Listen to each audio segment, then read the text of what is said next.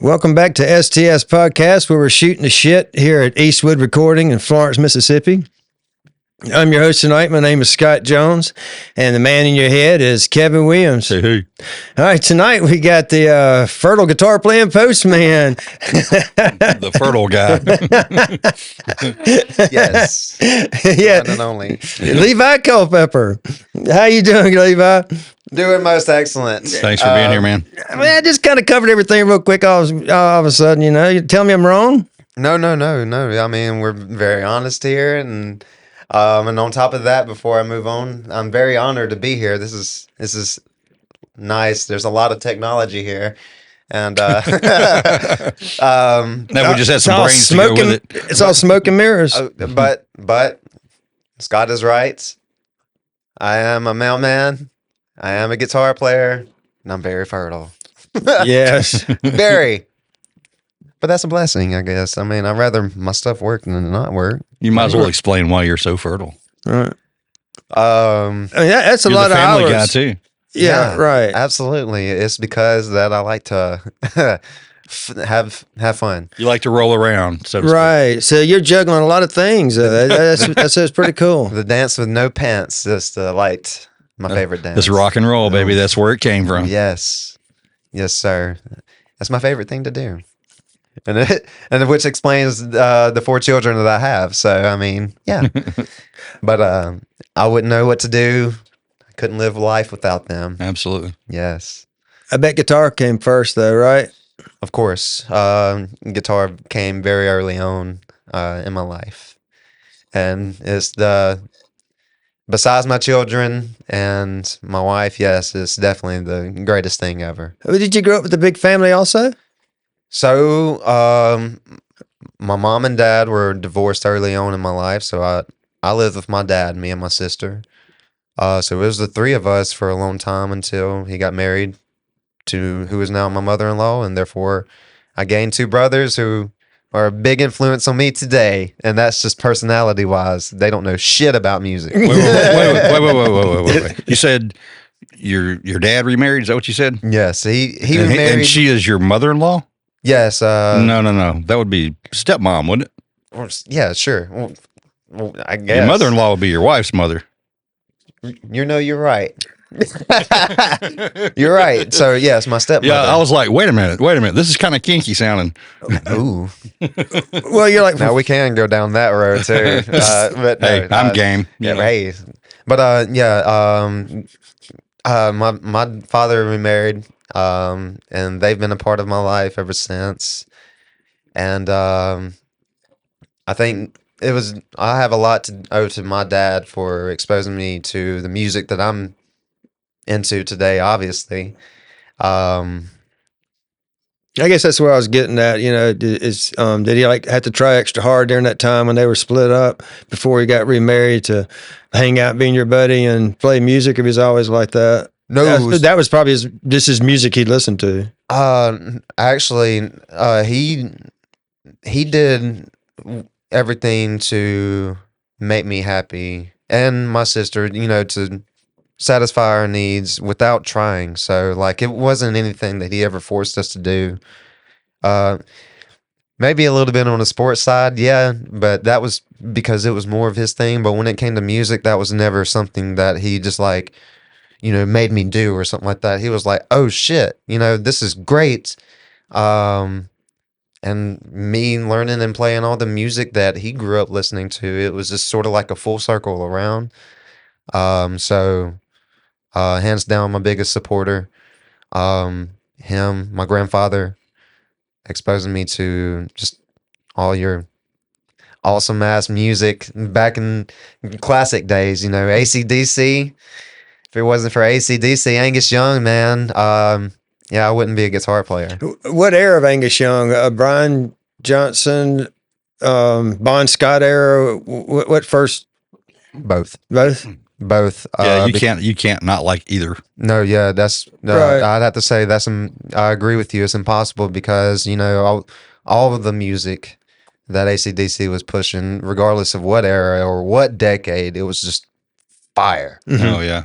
and people that are critics, they could say that, well, all AC/DC music is just the same 3 or 4 chords, and who gives a shit? It's more so of how big of an influence that this music plays on people. If it's simple, so be it. Oh, But yeah. it's awesome too. So my thing is like, as a guitar player, when I was being influenced by somebody and I wanted to learn music, I'm going to learn music that I could learn how to play. Eventually I was going to be able to play more sophisticated things, but I started at Angus Young.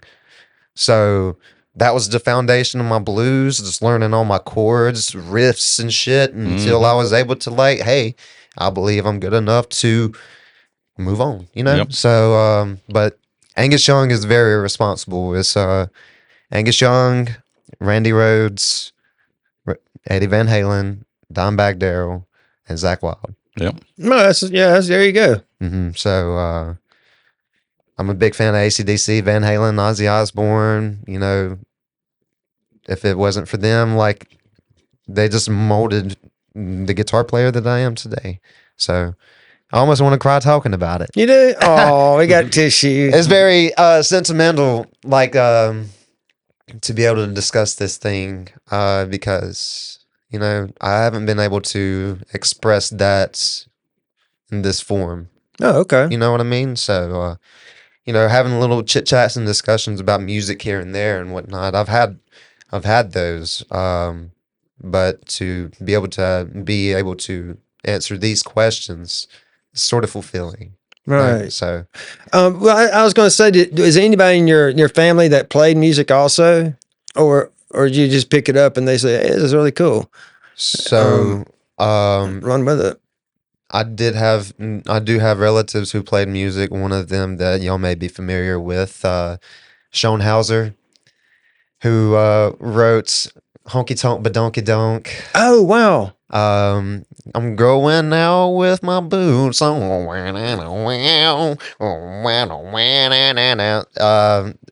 So How'd it go again? oh man, we'll have to look that shit up, but I like your version, man. yeah, right.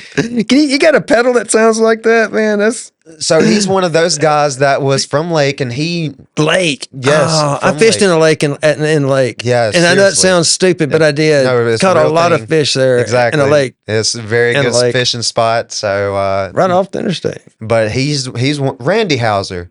Randy Hauser. We call him Sean Hauser, but Okay, his we know- artist name is Randy Hauser. Gotcha. There now. you go. That sounds familiar.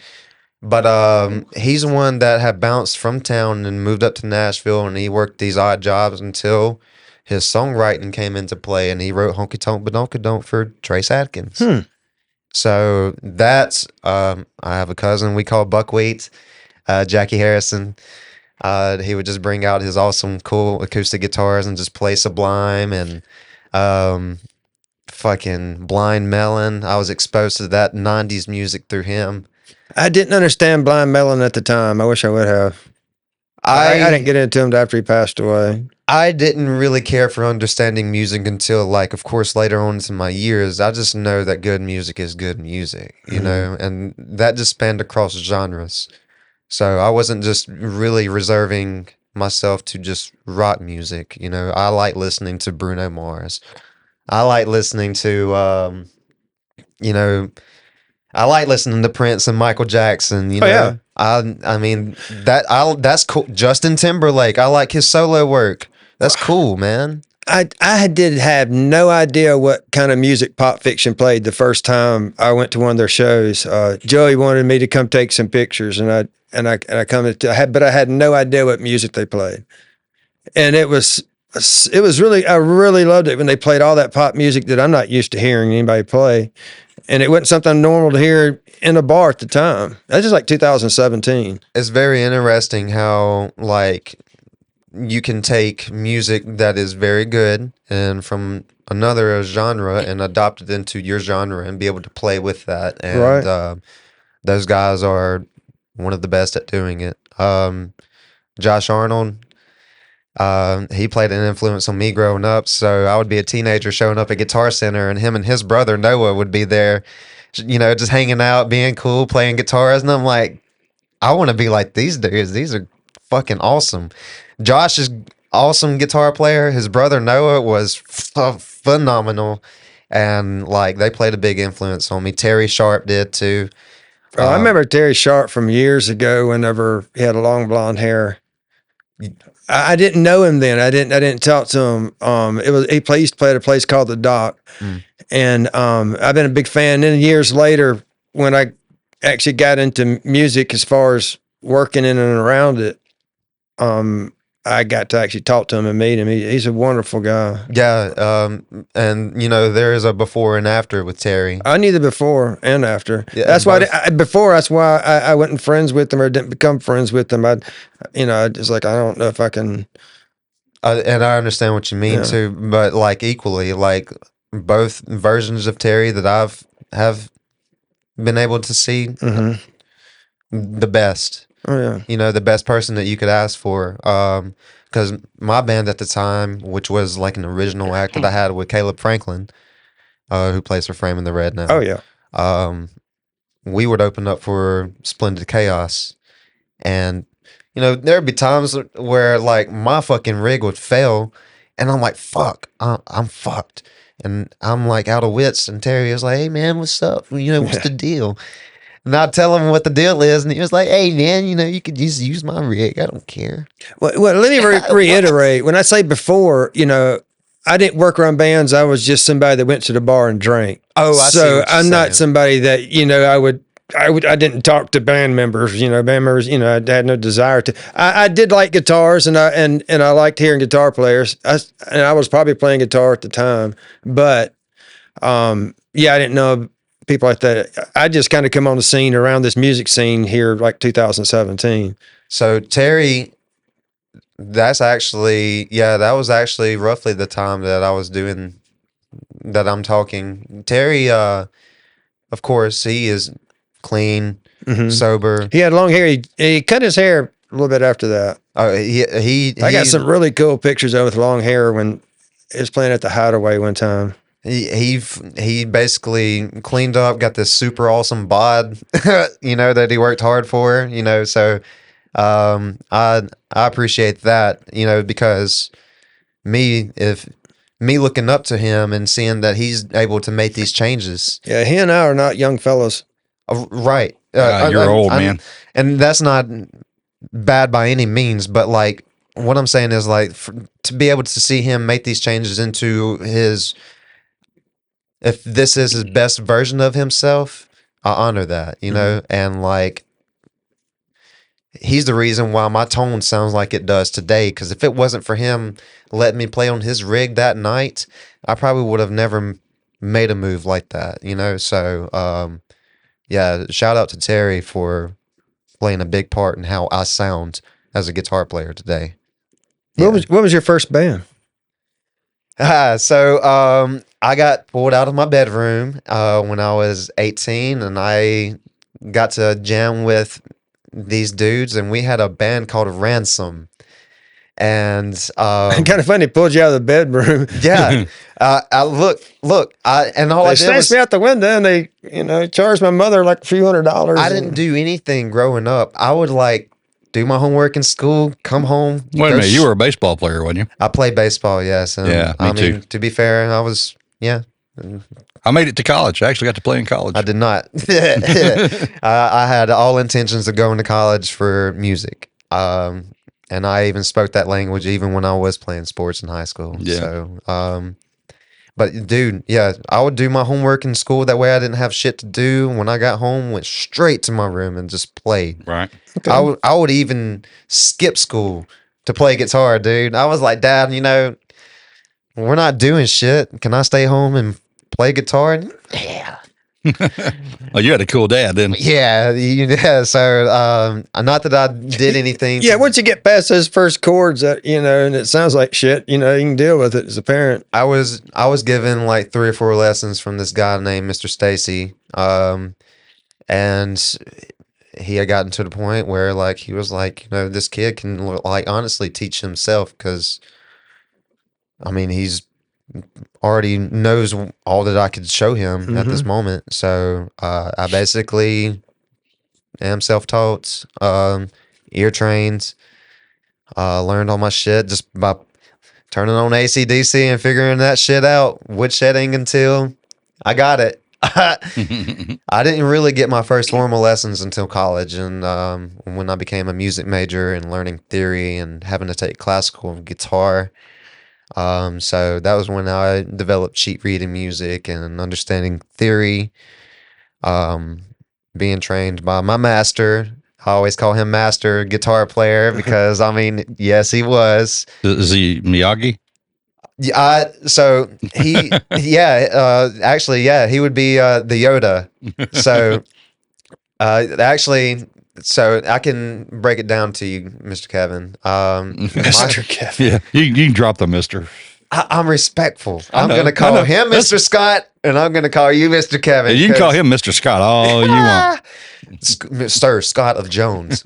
And what? All right. So, does the name That'd Andreas, be Sir Douglas would be fine if you're going to go that far, but no, don't. does the name Andreas Segovia ring a bell? What? Is that sounds chocolate? Like, it sounds like a classical guitar player. Yes. Oh, I thought it was chocolate. Andreas Segovia is one of the most renowned classical guitar players, basically in history. And he sold those guitars like in the infomercials in between the shows, like Esteban. No, no. Oh my gosh! Like Scott. He who was that Esteban? he was the real deal, Yeah, man. it was- You didn't learn through Esteban. I could have sworn you said you learned through Esteban out there. You're making this shit up now. I am the great grand student of this guy named Andreas Segovia. In short, and Esteban. Excuse me. or Go ahead. Esteban. Emilio, what is the old cuz from Young Guns? What's Charlie Sheen's brother? Estevez. There you go. Oh shit. That's my great grandmaster, Emilio. My name is Felipe. Yeah, Oh, and I'm a that's Chinese midwife. Anyway, Scott's Felicio. But Terry. Yeah. All thanks to Terry for how I sound today, and I've got to experience a lot of things, especially from when I started out into the scene all the way up till now, and that's from various bands. There's like if for those of you that don't know, I was in a band for a long time, actually many bands, but Shatterframe, yay. right? And there is a pre-Shatterframe time, and then there is a Shatterframe, right? And I think I know Shatterframe. And then we have this post Shatterframe as we are now. Oh, wait. Yes, but Shatterframe really was the band that probably put me out there the most. Hey, wait. You say you got a post one like you have, like it's still like right now, like might be a thing. I wish I could say. I mean, are we talking about the same vocalist? See, and he's the one that we're having to convince the most because he was the most heartbroken. Oh, sure. And I mean, of course, there's, I completely understand because we've spoken, and I talk to him sometimes. I talk to Clayton, and if honestly, for me to get back out, if it's not my own thing, it's Shatterframe or bust. Mm-hmm. And it has to be with the guys. It can't be just with some random people because it's just. Yeah, not the same. So, I'm not interested if it's not Shatterframe or unless it's my own. I got something going on as we speak. So, I'm more focused on that. Jack was supposed to be here with me, but he has business to tend to. So, and obviously, it's a better move for me to show up this time. Jack has his own episode to be able to speak, and then perhaps we'll group together and have an episode where we can discuss whatever may be happening, because I know I have a lot of things to talk about. So yeah, well, let's get to it. Right, let's go. A Shatterframe be good. The singer, one of I really hadn't had a chance to like photograph him like I want to, but him and the girl from Cookie Woo is fun to shoot. It's something about just their stage presence is really neat. There's a lot of factors that play into being. It's hard to get a picture of him. Yeah, like he He's shy about a lot of things. He's picturesque when you catch him in the moment. Oh man, talking about the character. Yeah, He's got so much character. right, exactly, and I mean you got to have that. So is his voice, his voice and everything. I love him as a front man. I'd love to see him on stage again. And none of that came with no complex at all. You know, that was the way he Oh, was. yeah. He was very humble. You know, he would say, like, yeah, you know, we're coming to bring the heat, but that's the most that you would hear from us. You know, we will never have a complex. Yeah, he's a really nice guy. And I love him to death. I wish that we could do some things because I know not only do I want it or other people want it, but it would be nice, you know, so. Doesn't he say, he says he's done, hasn't he? Yeah, it's also for him Shatterframe or bust, but like equally, you know, he is not ready to make his appearance back Right. if he even wants to. Right. So honestly, that is pending. Yeah, he just don't bounce one thing to another. His heart's in it, man. Like you said, it's 100%, absolutely. And Shatterframe was his baby. That was his. mm-hmm. And, Really? yeah, Nice. absolutely. He's the one that brought that together from. It's kind of his like Crow. beginnings. Kind of like Crow is my baby. So. Right. Yeah. And I mean, we had it going. You know, there was just things that happens, and you know, Happens every time. yeah, it does. It happens to the best. Life gets everybody. Life, you know, just there's situations that we had to like work through because you know, obviously, as a band, and you're stuck with dudes for years at a time. Right.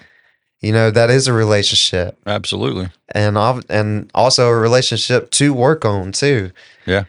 And Well, and the dudes' girlfriends and wives are part of the family too. And, you know, sometimes that gets brought into it. sometimes that did get brought into it, Yeah. but that was something that we sort of had a boundary about as well. And that's a good thing. Yeah, that is a good needs thing. to be, that's one of those things that really, you know, that needs to be taken care of. And- Yes, because honestly, you know, outside sources could halt the train from rolling. absolutely. And obviously it did more Yeah. than once too. Yep, it's so done it many times. it's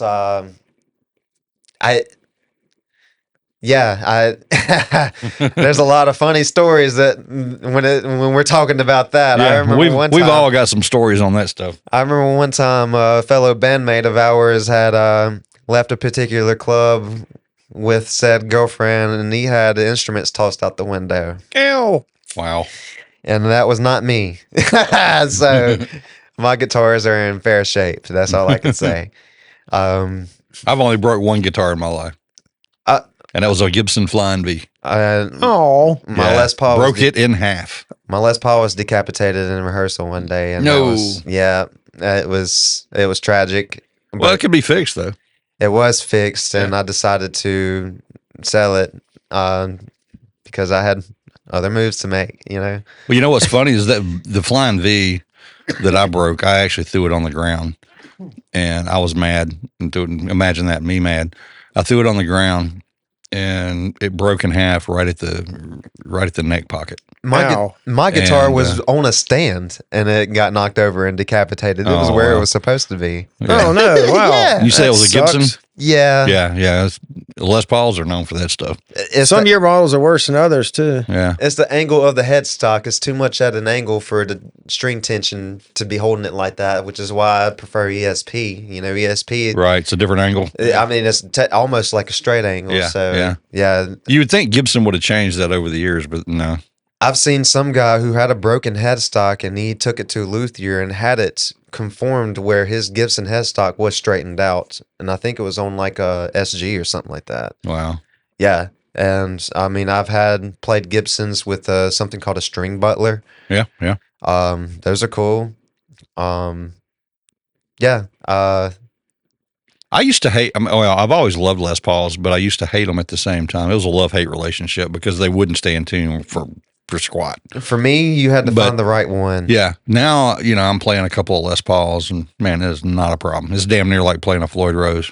I've I've played a few. The one that I had that broke, it was mine until it broke. But there's one out there that I know that I've had in my hands and that I want, and it belongs to Jay Jones. Jay. Yeah. Terry Sharp originally owned this. It was a gold top classic or a 1960s reissue or something like that. I like the 60s Right. reissue. Yeah. I love the neck. And Jay Jones has his guitar now. It's a gold top. And I told him the day that he decides it was Terry's blessing, I'm going to buy this guitar. You know what I mean? So, Jay, don't you mess with me on this. I'm serious because that was the one I felt like every note that I played on was just magic.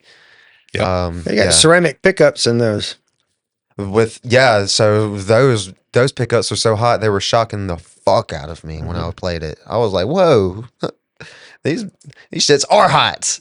They are electrifying. That's really hot. Yeah, man. Yeah, I've never played a hot pickup like if it's that. a 60s reissue, it's got a slim neck and it's got ceramic pickups in it. It was fire, buddy, and it was just beautiful. Everything about it was just magical, and you only come across a few guitars that have that essence about it. You know. Yeah, I have over the 40 years or whatever I've been playing. I mean, I've only got a couple of guitars that just speak to me like that, and I've just recently found them. You know, my Wolfgang is like that. Yeah, one of my Wolfgangs is like that. I put it through hell. I know it's been knocked over, tossed, all types of shit, and just so happens to be in the exact playing shape that it was in when I had first bought it. It's just a magical guitar, and all thanks to King Edward for that instrument right there. You might King need to Edward. sign that one over to me. Oh yeah, Man, I'm a Wolfgang fanatic, man. I don't know. I mean, I got that. I remember I was around when they first came out, Yeah. and I got one. Then I got two, but they were specials back then. Well, the ones I had were specials. See now, Were they special order? No, no. I was sitting in Mississippi Music over off Robinson Road when they brought a couple of them out on the showroom floor when they just got them in, and I was like, "What in the hell is that?" And didn't know it was a PV. I didn't know what it was, and I picked it up and I was like, "Holy cow!" Yeah, and I walked out with that son of a bitch. There's the standard models, special. You know, you got the USA, But they're different now. Back then, the specials now I think are the better ones than the standards, and then back then the special ones were the lower end ones. The specials back then also were flat top. The ones that they make now sort of have like an arch to Right. it. I had a gold top. Well, it wasn't gold top. I had a gold one and I had a black one, and they were both specials with a flat top. But man, them things were awesome. And the bridges on the ones that are released now today sort of have like this contour underneath it. Do they, or is it still flat, like top mounts? There's one behind you. I'm not sure. I don't remember. It'd be nice. There's an EVH Wolfgang behind you, and then there's an old PV behind you.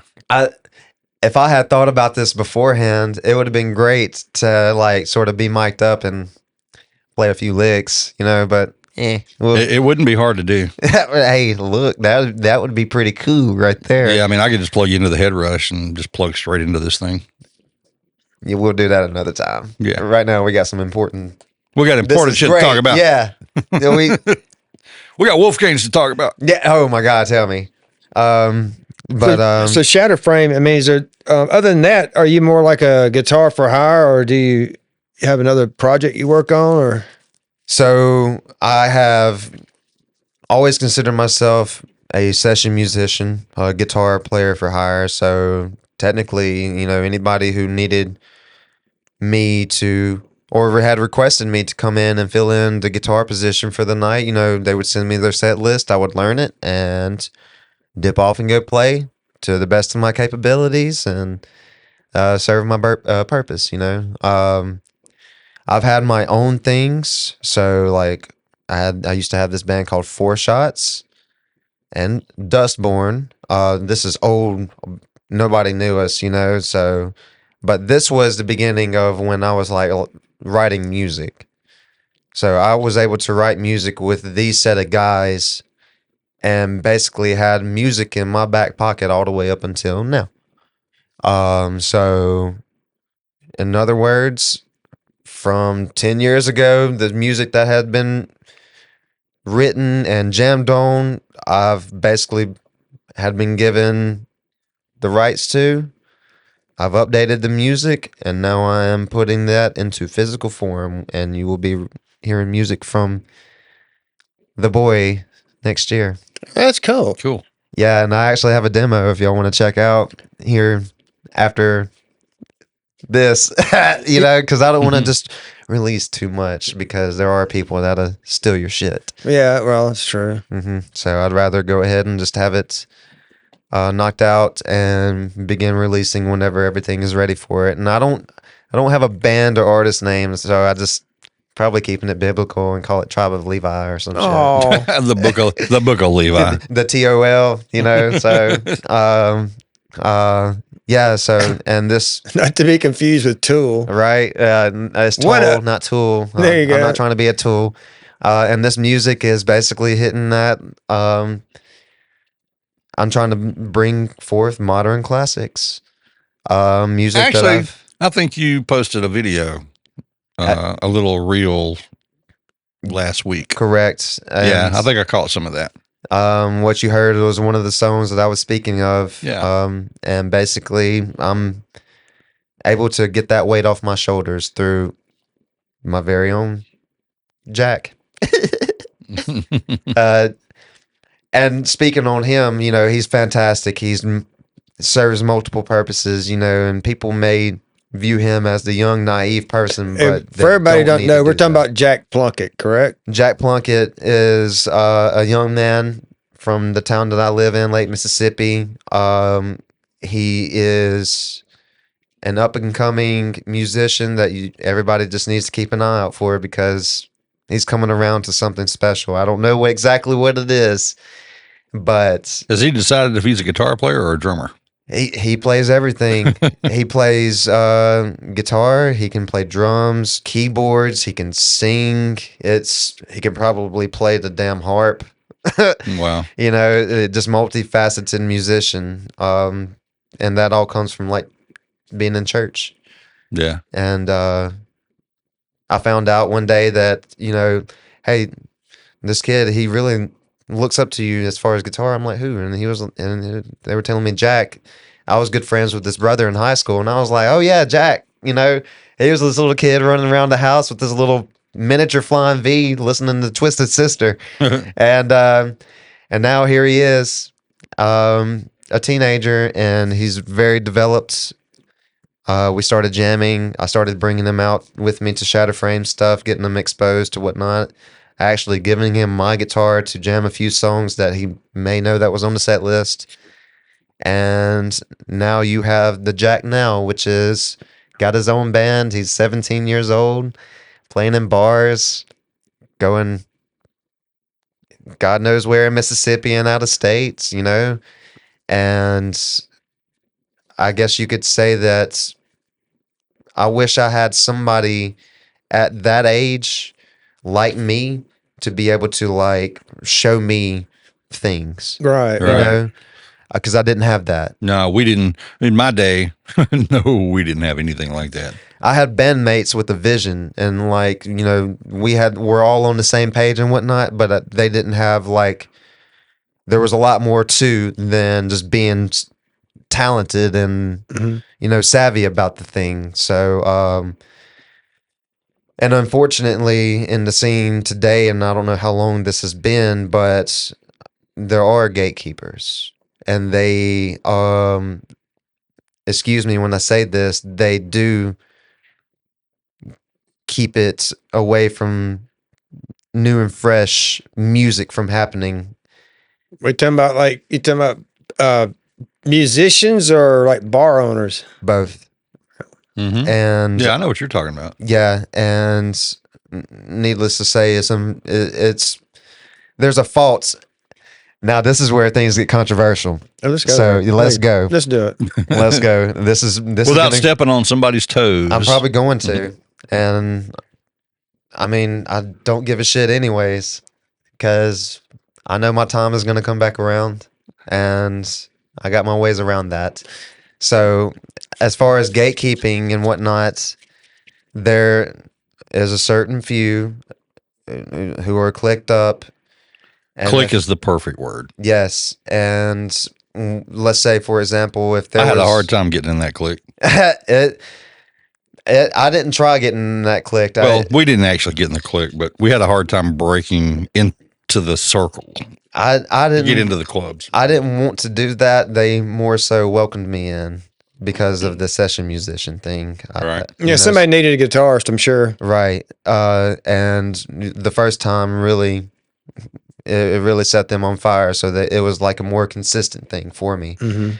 And it was there that I was able to actually see, because I knew about it beforehand, but I was able to see and like, oh, okay, I see what's happening here. There's a lot more to than just simply gatekeeping, right? And there's other musicians that know and what I'm talking about, and I'm not going to be the only one that you hear this from either. But like, say for example, like a venue had a band that was booked, right? And all of a sudden an emergency came up and this band couldn't show.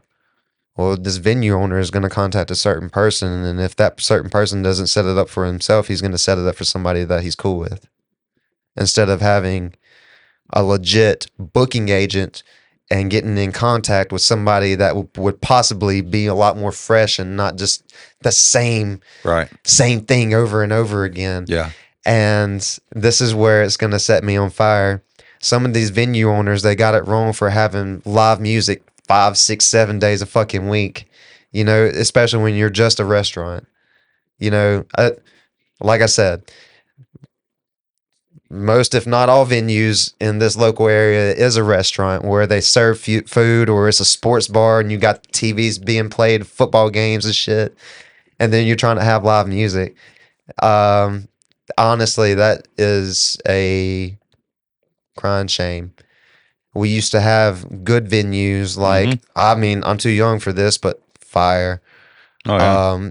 When I was coming up, we had the Hideaway, so there was like good shit happening out of that. Right. That was like a legitimate venue. Yeah. Nice stage, cool ass PA system, national acts. I've opened for many of those. Saliva, Hinder, Drowning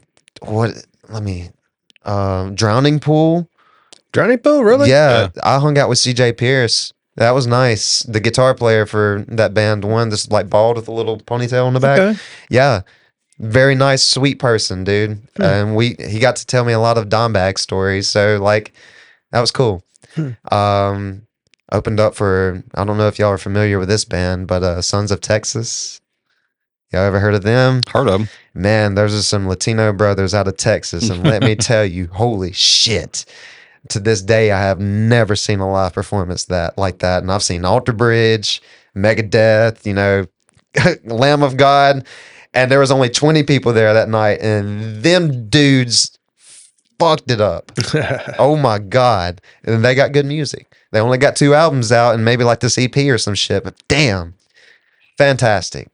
That's just a band that people just need to pay attention to, I don't know if they're active or whatnot, but their fucking music is good, And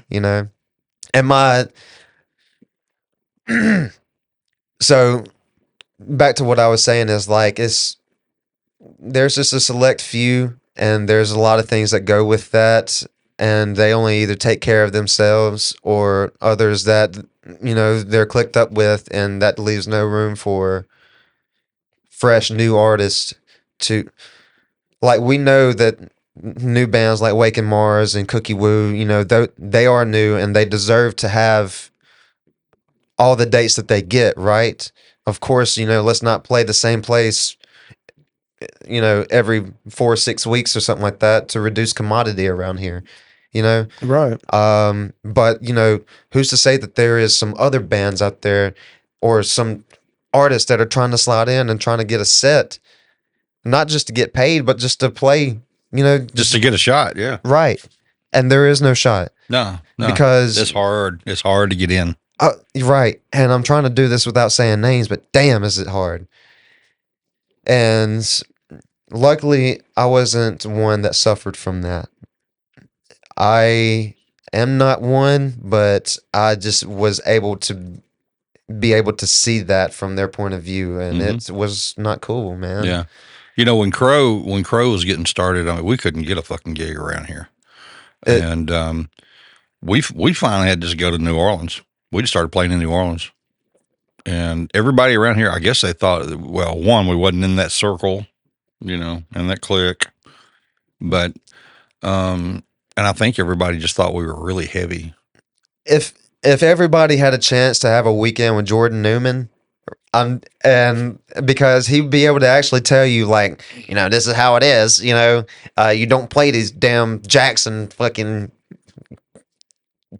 50 times a year. You know, you got to spread out and stuff. And obviously, he's right because his shit worked. Yeah, you know, he had been independent for a long time and had been touring the nation and had helped my brother as a bandmate, and they're able to like take care of themselves with just music.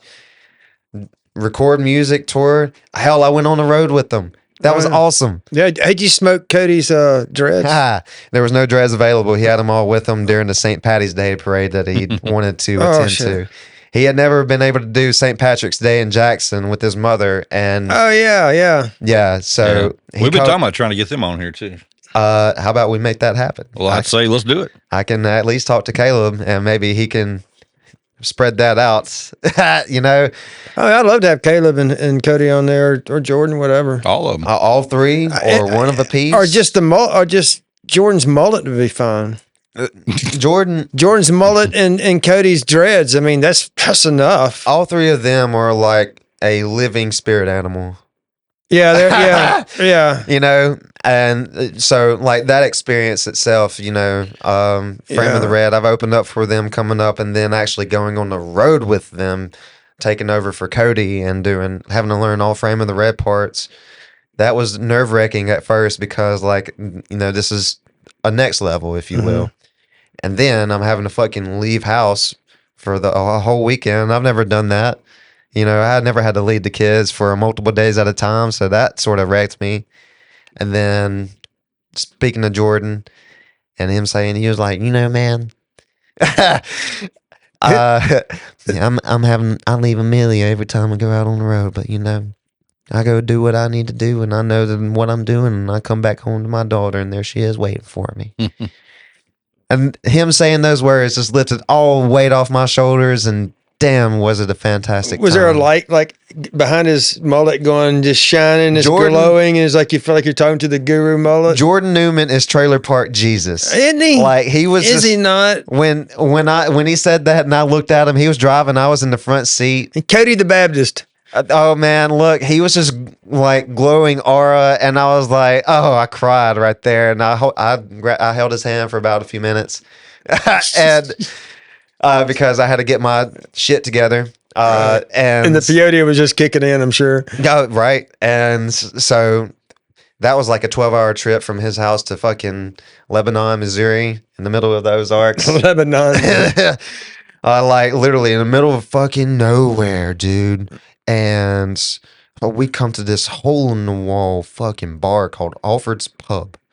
Mm-hmm. And a lot of things happened in between, but man, there was a Walmart and a dispensary and nothing else. And then this fucking Alfred's Pub, right? And like this broke down motel that we stayed next to it.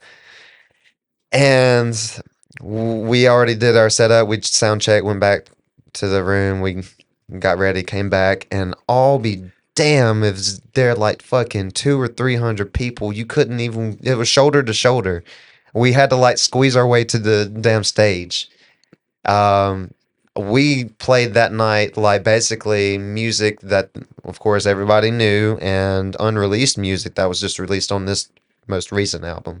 I had to learn that shit too. But like it was phenomenal when you think about it. Like Kevin made a good point where like they had to leave hometown to go establish themselves elsewhere. That's sort of like that for them, because in the Midwest they are literally top notch. They have it taken care of. It was amazing. how I was being treated because, of course, nobody knew me. I was Yeah. just there for the weekend. They know Cody. Yeah, right. But like, because I'm playing Frame of the Red music, that's what matters. And having all of no, I'm not gonna say that. Can't do that. Frame of the Red fans, they all just know the music. They're very loyal fan base. So being a part of that experience was a blessing that I'll never forget. That's for Man, sure. I love their road pictures and their stories and their videos that they do. Oh yeah, They were like crossing a river on a rope thing with their truck one time. It was crazy. My favorite part's when they break down to fix it on the road. That's cool too. they had a lot of stories about fear and loathing in Las Vegas. Oh, absolutely. That's pretty much what I figure it's like. I have my own fear and loathing stories as well. It's like there's nothing more depraved than smoking some bad ganja, and I think we're fixing to get into Cody's braids here just any minute. There was a lot of shamanistic, events happening, especially in that camp, and like sometimes it would be me involved too. And one particular night, I was playing Shuckers, and my cousin Buckwheat that I had mentioned earlier, super far out. We're the black sheep of the family, and he scores some paper, right? And he was like, "Yeah, man, I'm gonna go ahead and do it now." Oh shit! Yes, and this was 8 o'clock, and Shatterframe's playing at Shuckers. We got the weekend, and we're having a fantastic time blowing it up. And we played 2 sets, and this is about 11 o'clock. I go find him. I'm trying to see, what the deal is, and I find him. He's just cheeked up, smiling and shit, sitting like this. And he was like, "What up, cuz?" And I'm like, "Hey, bud, are you doing good?" And he was like, "Yeah, you should go ahead and do yours now." And I was like, "Really? You think I'll be good?" And he was like, "Yeah, whatever." And so I was like, "Yeah, fuck it." So, all right. Never again, but so maybe I had 3 or 4 songs left of the show, and it really hit me. And Like Santana hit you when the guitar neck is like a snake you're trying to grasp. dude, like Everybody thinks, man, he's really getting into the song. No, he's closing his eyes because he thinks his guitar neck is a snake. there was like the stage light had cast. There was a lot of people there that night. The stage light had casted this red hue over the people, and they all just turned into this red people. And Wait, where was this? Where was this at? In Shuckers. At Shuckers? Okay. Yeah, I was like, "Oh, right." And I looked up at Clayton with this tall ass, and he's way the fuck up there. I'm sure. And and he looked down at me. He was like, "Are you all right, bro?" And I was like, dude." I was able to complete the show, and as soon as the DJ hit the mix and that bass started kicking, and I was like, my wife comes at me, and I was like, "Babe, help me get my shit out. We got to go to a safe place, right?" And so, never again. Those guys, Frame in the Red, they would go out into the Las Vegas Strip and be in that state, and that is a test. Let me tell you. Jordan, I remember he would just be like, you'd just be like, "I don't know if I can do this." And yeah, of course you can't do this. Like, look at all these fucking people, man. So yeah, use wisely. That's all I can say. Don't do it in public. Oh, no. Always do it in public. That's Man, the best time. No, let me tell you. Yeah, you're right. Equally, that is a good time if you have your shit together and you're grounded, but like not everybody's like that. No. I guess So not. yeah, one has to be in a suitable environment. Oh, And good God. vibes, man. Oh, I'm so sick of that, man. I thought we got rid of hippies a long time ago. No, sir, you were talking to one right now. I'm just like a weird one. I do have policies.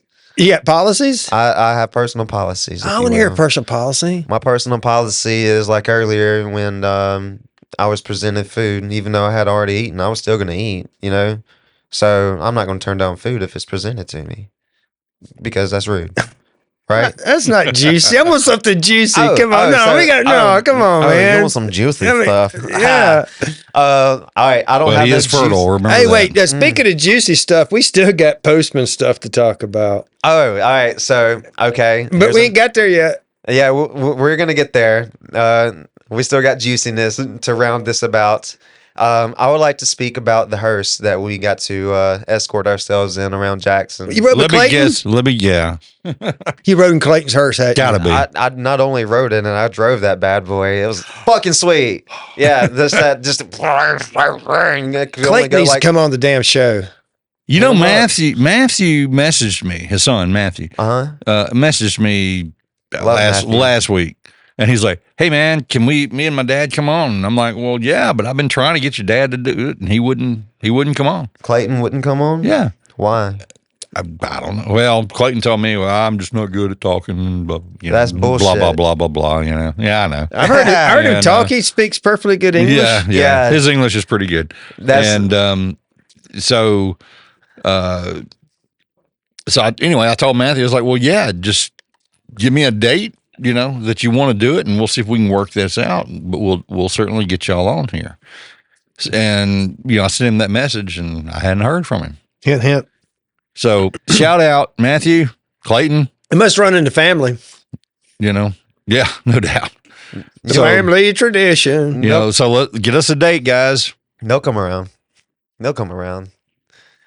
I miss being with them because we just developed a very cool bond, and Clayton's dude. He's cool. Clayton and me and Matthew have always treated each other right, regardless of what was happening and whatnot. We've never been.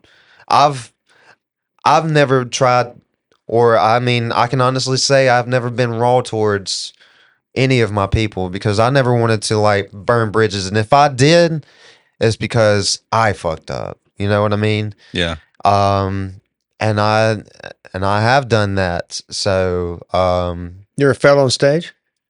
Have I ever fell on stage? Yeah. I threw up all over my equipment one time. Oh, that's good. Yeah, Like in the monitor.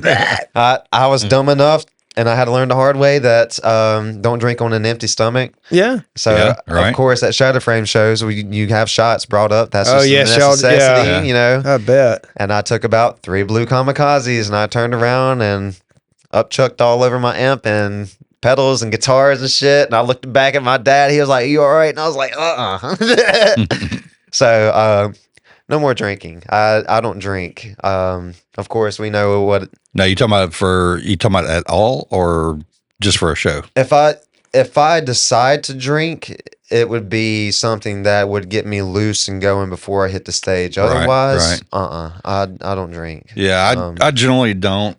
And then I met my wife, and all of a sudden I'm a drinker again. Way to go, wife. My wife, she enjoys alcohol. We're not alcoholics by any means. And we don't drink like that. We know what I do, but no. Yeah, you're just fertile. You like to.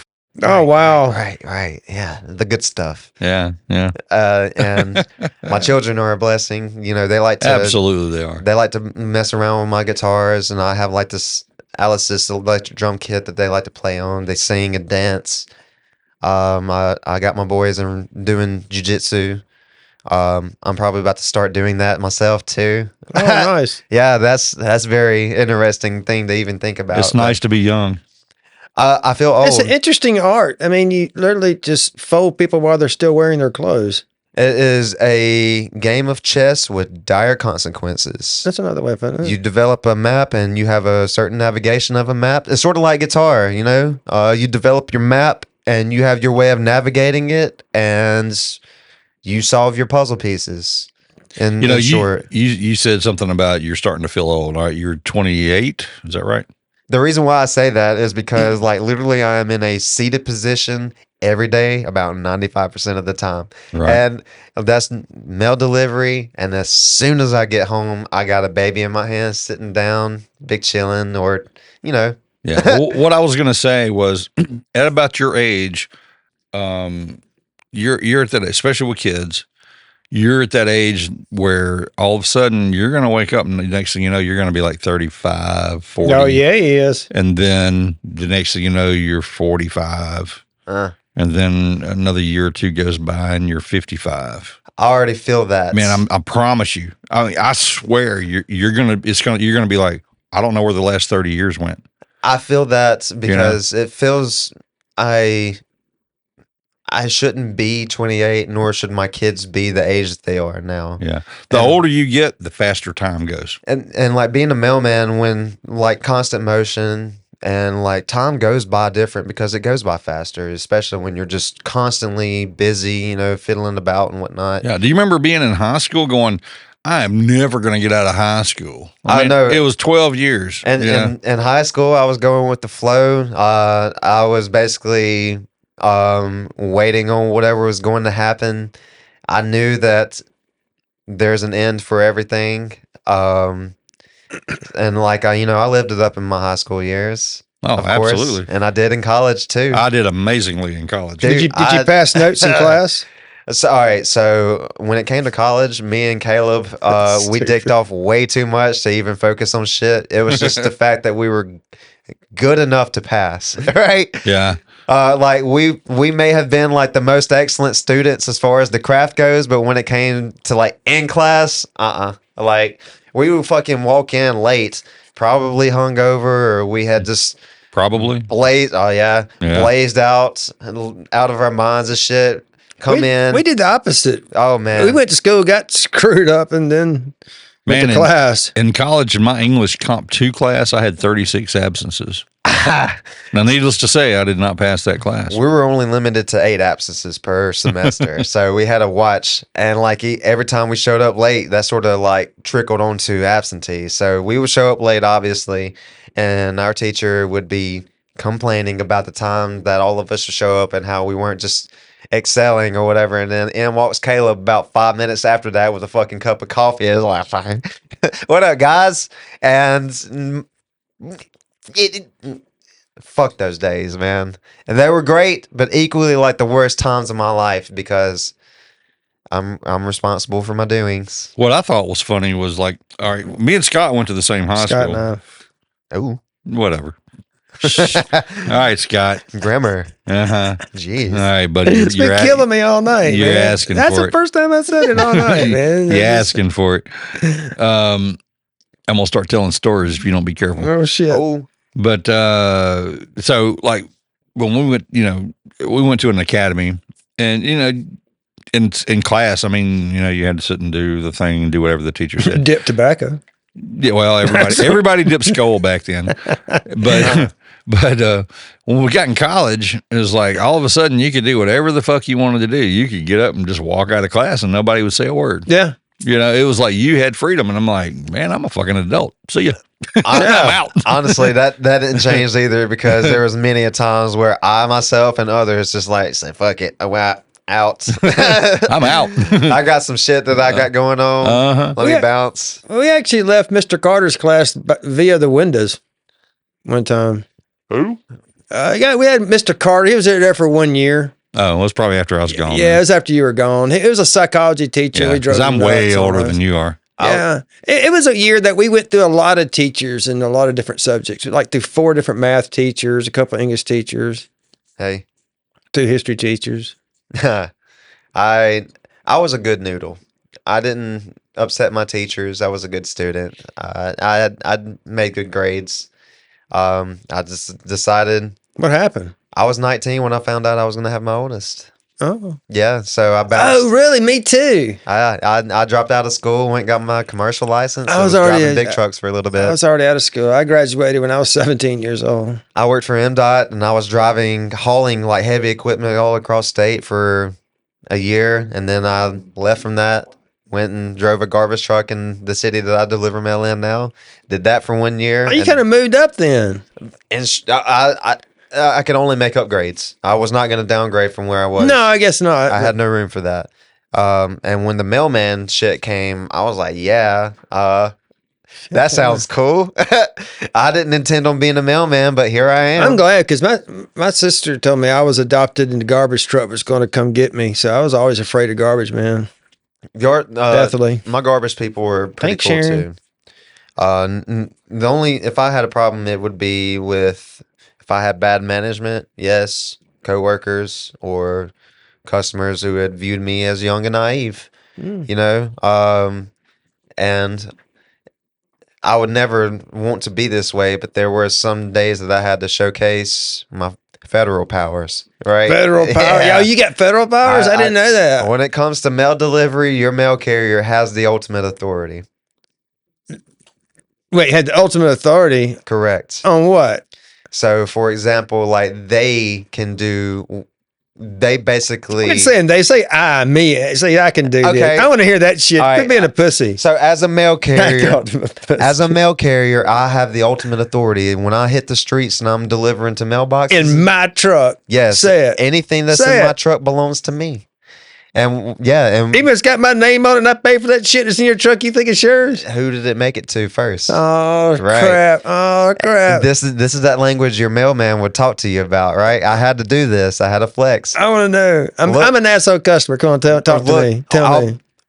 People who had been a certain way towards me, and You little young punk, you don't know what you're doing. You, Oh, you can't bro. even, you can't even put it in the mailbox right. What would you I'm tell one me? that I pull up to the mailbox and I'll tell you this mailbox belongs to me. When I'm pulling up to it, it is mine. I bought that thing. I put it in the ground my damn self. You open that door, you're going to see this has been approved by the Postmaster General.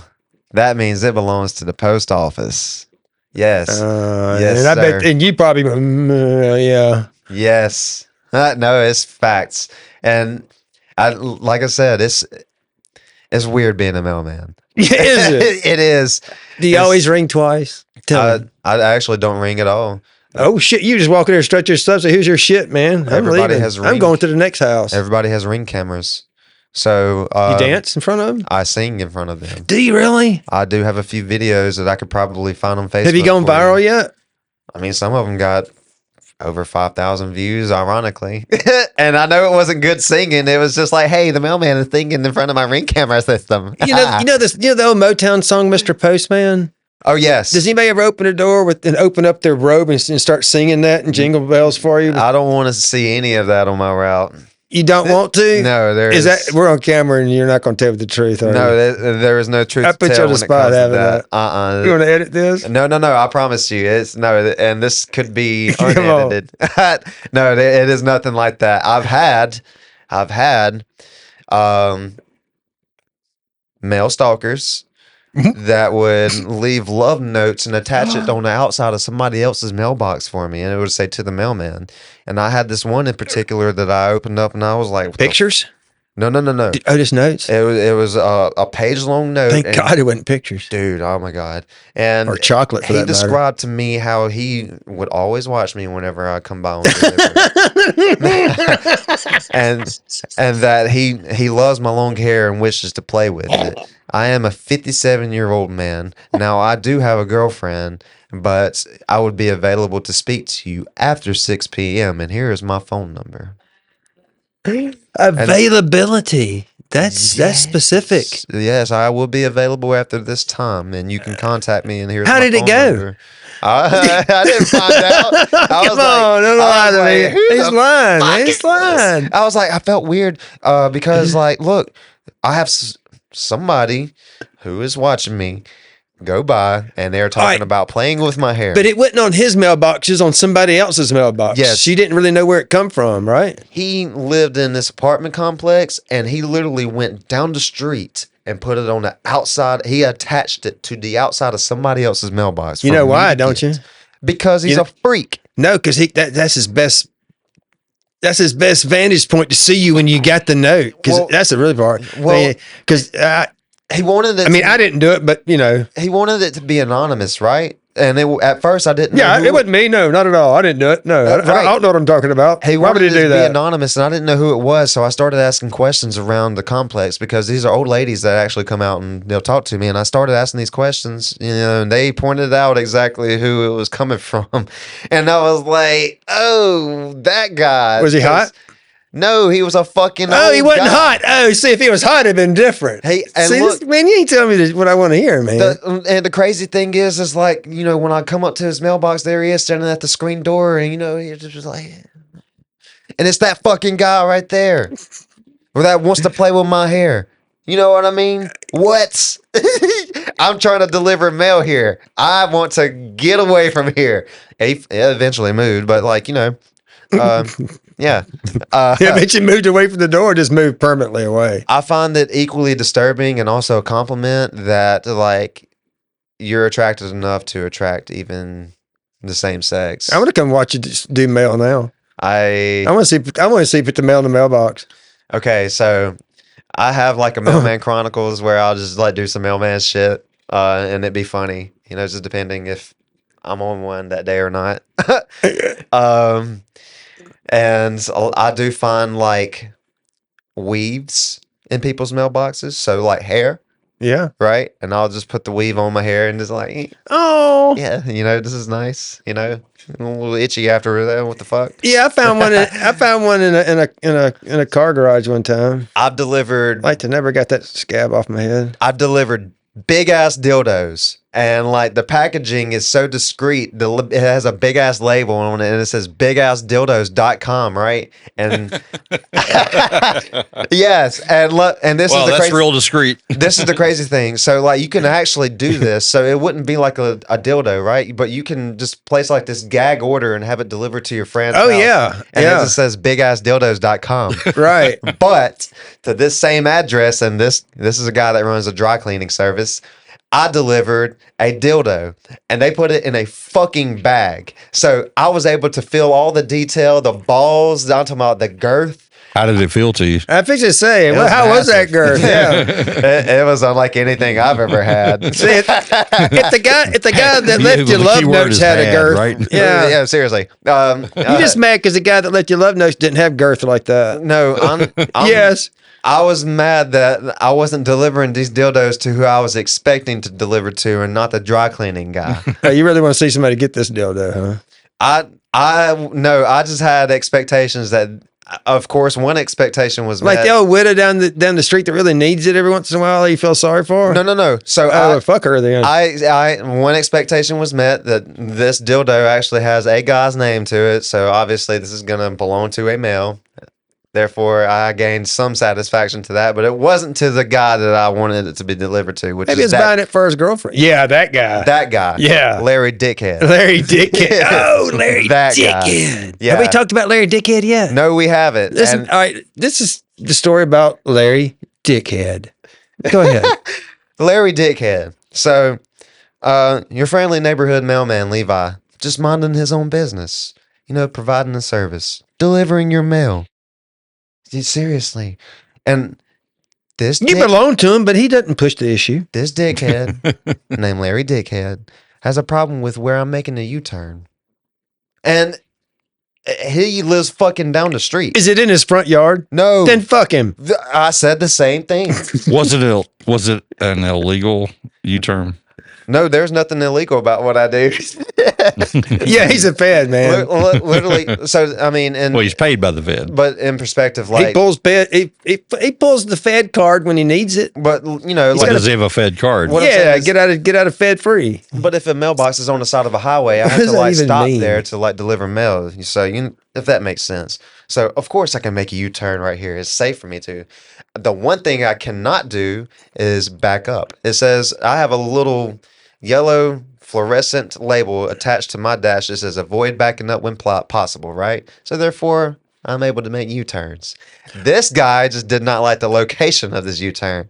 So he hops on his little golf cart, 70-year-old man. Oh no, he has a golf cart Damn that it. chases you down. Oh my it's God. one of dude. those Oh, he guys. is a He dickhead. fucking That's pulls a male up to version me. of a Karen right there. Dude, he pulls up to me and he Yeah, didn't that's even Carrie. give me a chance to Carrie? like speak. He was like, "Yeah, I don't like His you. name would be Larry. I've always told everybody, I'm gonna flatten your mailman tires." Mailman tires. Yes, I'm You got like, special "Oh, mailman tires? yeah, Are they all weather? they are slip differential. They are rain, sleet, snow, hail. All terrain. We abide by that. Wow. So, So do you drive the typical mailman truck, the little bitty van looking thing? The red, white, and blue one. the red, white, and blue box vehicle that we call LLVs. Have you Yeah, ever been pulled over by a policeman in No. that vehicle? I've cut a bunch of windshields for those and installed them. Law enforcement know not to mess with us. They're just wasting their time. Yeah, well, we know It's where like, what are you everybody gonna do? lives. You know, they live. Oh. I mean, not only do I deliver to their house, but I also deliver to where they work at.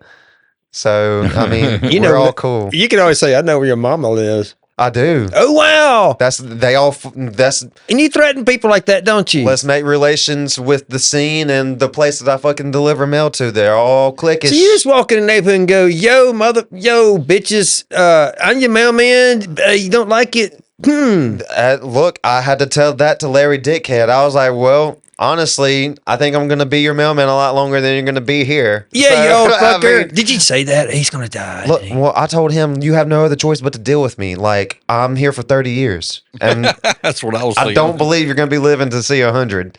And bless his heart if he is. I mean, let's say that. Look, I'm going to go ahead and say, and this is just my belief. I believe people. But he's a dickhead. Oh, yeah. People who are bitter and refuse to change from that and just shed that from them will die like that, will die bitter. Yeah. And I'm sure ain't going to taste like chicken like that. right. My philosophy is I know that I'm not the same person as I was 10, not even 5 years ago. And I know I won't be the same person as I am now 5 years or 10 years from now. So, and I had to adapt that into relationships and, with my marriage and accepting change, accepting a lot of things in a sense that is to establish growth. And because a lot of people don't have that. And I see a lot of people that I've come up with who went through divorce, my parents, for example. And I inspired to be like my grandparents who got married 19, 20, had children, grandchildren, and were married all the way up until my grandfather died in the house. Oh, yeah. So I bet she had a special recipe too, being a seasonal time. So he was super chilling, doing exactly what he enjoyed doing. He was on his recliner eating pork skins, and he asked Granny if she would like to have one. She was like, "No, I think I'm gonna go get me cookies." And his last words, "What was that?" "Oh, nuts. I like nuts." So we're raccoons. It would be great if you could bring your coon buddy in here, sort of trail out some marshmallows and bring him in here. His last words were, "This is good," and like that, did he go? Really? Yeah. So, they were married 53 years, and I inspire me and my wife to be like that. Our parents were married 50-something years too. You're right. I mean, a vow is to death do you part, man. And if I can uphold that, that'd be great. I'm doing a good job so far. Yeah. Well, how long you been married? 5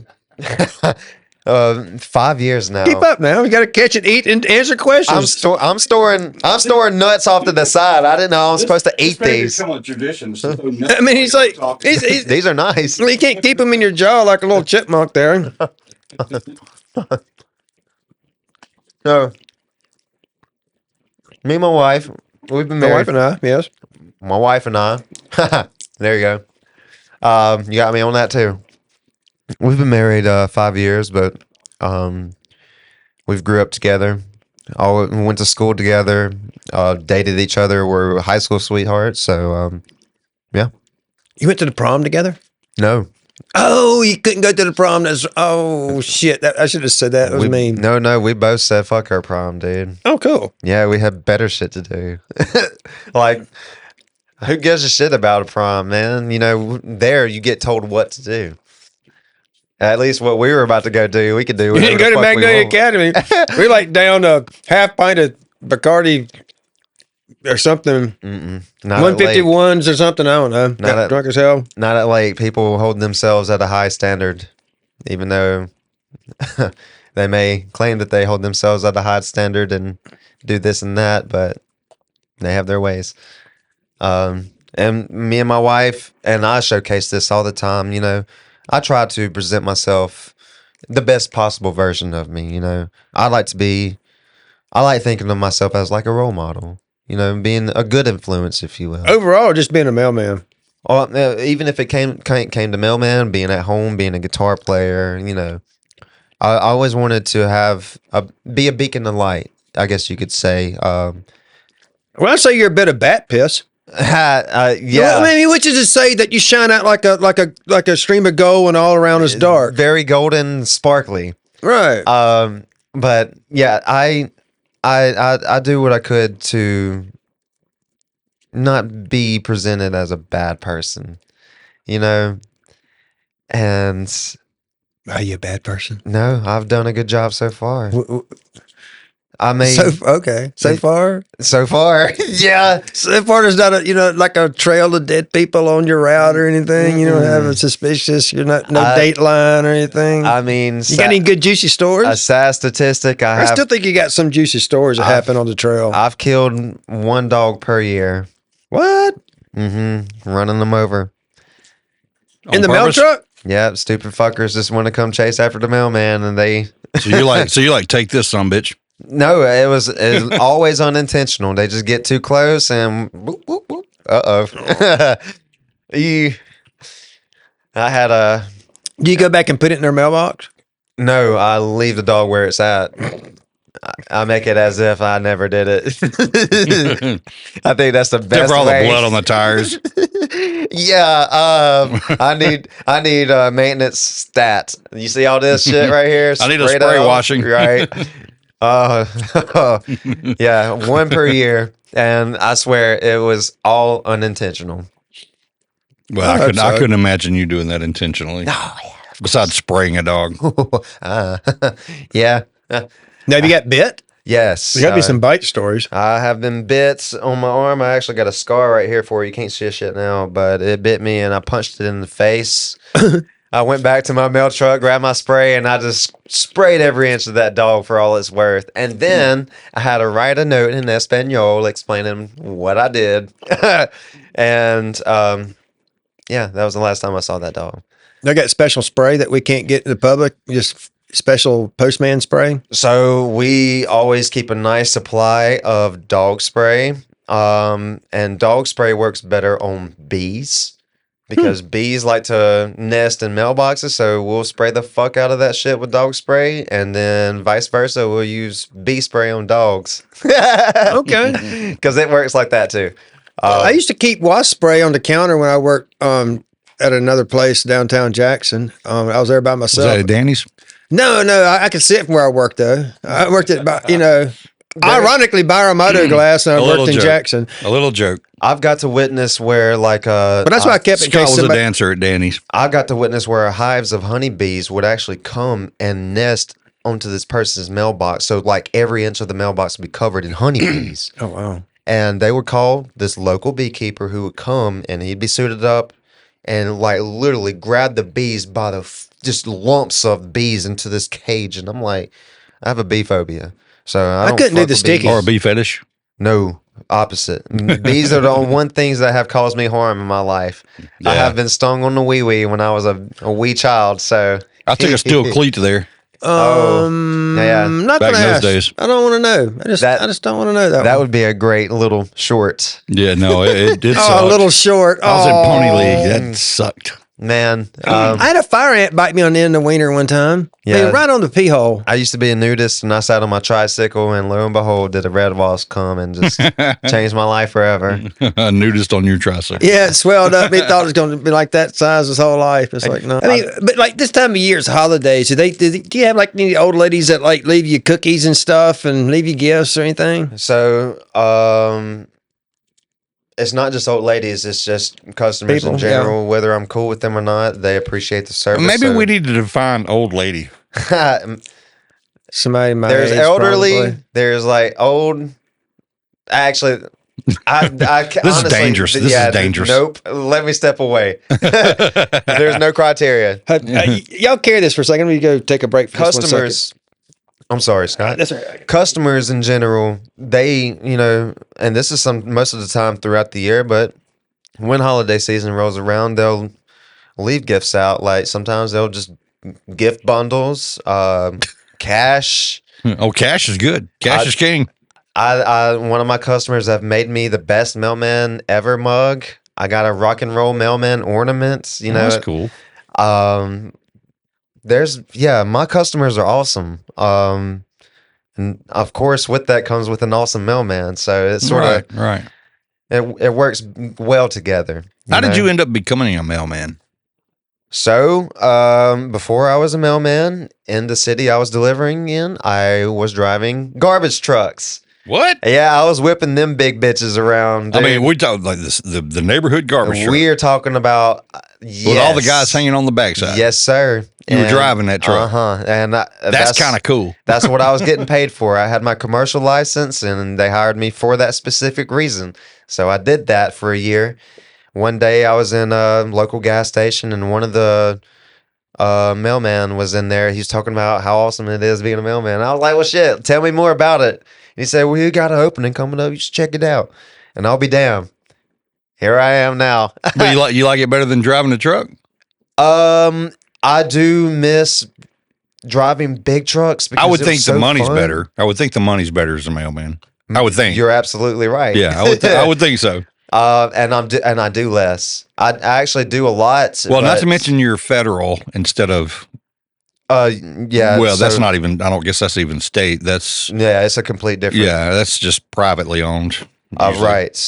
This is basically a nonprofit organization. It is its own deity as far as like the. They're just under contract. No.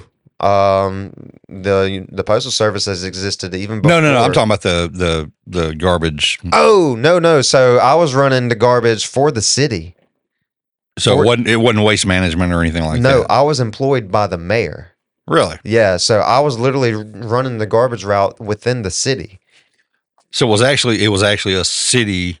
Correct, but Wow. however, a state job. Usually they contract that stuff out to like waste management or BFI or whoever.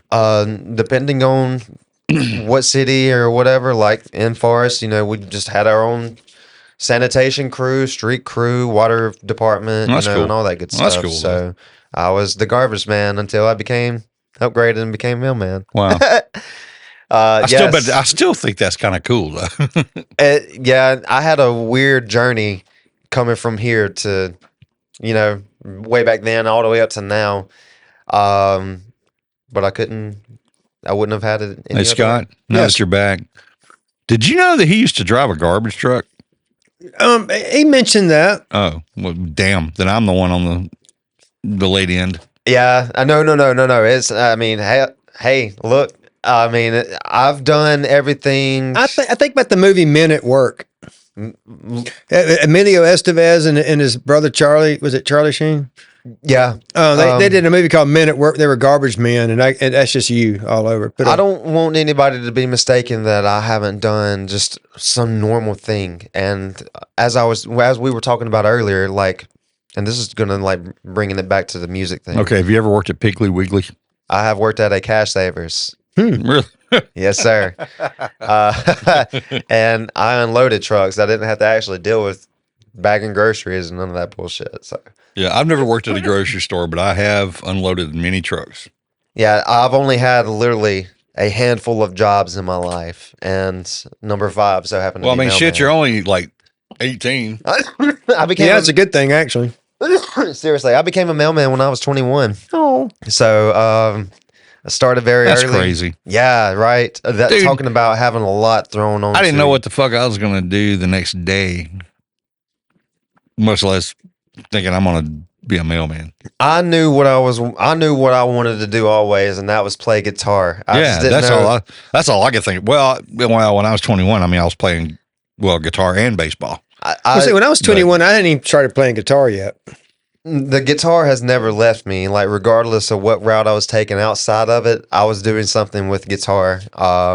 Even like this past year, and not being active in the scene or playing live performance and stuff, or not taking part in anything. I've been teaching music. So shout out to my boy Jacoby Goss. Yeah, shout out to Jack. I didn't teach him anything, but like, You did something. here he is. Yeah. Yeah. So people will want to attach my name to Jack, and like at first, It's that Jack, was it's your little protege, is what they always say. yeah, and that worked at the beginning, but now he's his own thing. Like I'm no longer needed. I no longer am needed to be associated with that because like he is established now. People know who he is. So, but still, I mean, I'm not going. He is one. He is one of those. You know. I seen him 2 years ago. He was playing he came up there to Shelby County Fair with Loving Ledbetter. Mm-hmm. I guess he's hanging out or something, or I don't know how that happened. They wanted him to be the official guitar player after Joey left. Okay, well, Joey was still with him that night, Mm-hmm. and he filled in and played like a couple of songs, and I got a cabin up there, so I was up there anyway, and I know him, so I was just taking some pictures, and I got some pictures of him that night. It was pretty cool. They, Kim and Lance wanted Jack to be the guitar player for Levin Ledbetter because Joey was about to make his exit and do the Whispering Trees with Naomi now. Mm-hmm. And Well, he did play with them for a little while, didn't he? he played Jack. Now Jack filled At least in a few gigs, yeah. for a few gigs, yes, but he Some gigs he couldn't play. Like he Right, couldn't play at right. Ameristar. Right. yeah, and then he was interested in wanting to do his own thing, which is the band that he has now, which is cool. Common Courtesy. Common Courtesy, yes. Fantastic bunch. Their singer, Jake Horton, he's really good. He is very good, and I hope that he gets put out there a lot more too, because an unsung hero, if you will, and deserves to be out on the spotlight. There's a lot of people that I should throw out there. Kind of goes back to what you were talking about earlier about some people not just getting a chance to play out. You won't hardly ever see them. Is that one of the reasons? Okay, so I believe that there, and this is me pitching something. Let's say by next year, and I do start releasing music, and I just decided that I want to showcase this in a live performance. Mhm. I want to bring together an original show at whatever venue would allow that, and I would even bite the bullet and not getting paid for it. I just want to play my music for whoever wants to hear it, right? Right.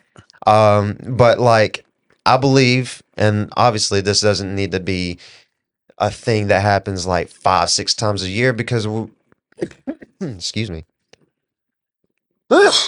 Jesus. Those peanuts. Yeah. Yeah. Give them peanuts. Damn it. Those so like I don't want it to like become a commodity. It should be like at a special event. So like a 3 or 4 original act night where we get to showcase just, I mean, yeah, if there is a cover song, yeah, sure, but like each of us have like a 10 song set and showcase original music because that's what this place is in need of, man. It's good music. I mean, just go to a studio, put some music out, and like, man, and just make good music in general. Don't try to be the best, you know. Don't try to showcase, technique or prowess or nothing like that. Just go in and just fucking drill out some good ass music and have something fresh for us to listen Did to. like places like Hallamau or somewhere have like singer songwriters night where people could actually do that every once in a while? So I am aware of this Chordless Corner where they will do like singer song. So open mic nights is a thing like at MacBee's and other said places and whatnot. But I'm aware of Chordless Corner where there are artists showing up, artists that you probably have or have never heard of, who are fantastic, and these are the guys that I am talking to as far as like having room to bring in new faces and fresh Right. things to the scene instead of gatekeepers. Gatekeepers. Yeah.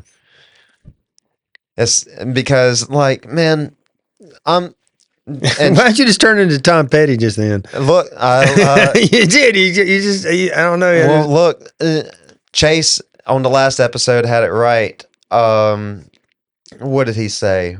He said something along the lines of like, No, I'm not the world's tallest midget. that was pretty great too. I got confused. I thought for some reason I thought he was the world's largest midget, but never mind. Chase. So He took it well. yeah, no, Chase is a marvelous human being. I love Chase to death. We've had a lot of experiences and have written great music together. Man, I tell you, I had a fantastic time talking to him for those. We could have just talked and talked and talked. Chase had made a point the last episode, and it resonates with me so well. And it was something along the lines of,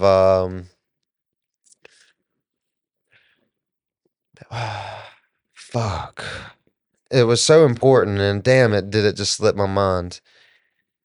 But it had something to do with like, What he was talking about, oh, the local scene. This could be a mecca Yeah. for music. Like this could be a Nashville. This could be a L.A., a Hollywood, or whatever. If not just musicians, but venue owners played the cards right. Oh yeah, oh absolutely. Yeah, I gave up on that. There's plenty of area downtown for that, and there's nothing else that's going to ever happen downtown except. Downtown is not a situation. I mean, I'm talking about venues that we're all familiar with, right? If musicians and venue owners played the cards right, there would be something special here. And I believe at one point that MK had something going great with BBs. That was just, to me, a fantastic bar to go in. You can get away with. Absolutely. Right. And she did explain herself on this show one night. Yeah. So there's that. Right. No, yeah, and I know that whole ordeal as well, because I mean that is a lot to deal with. Oh yeah, she had like, oh no, she had that, she had, and that's not her only. Her own dreams. She wanted, I mean, she's got other things besides. Well, at the time, she had other things going on besides just BBs. Right. Mm-hmm. So.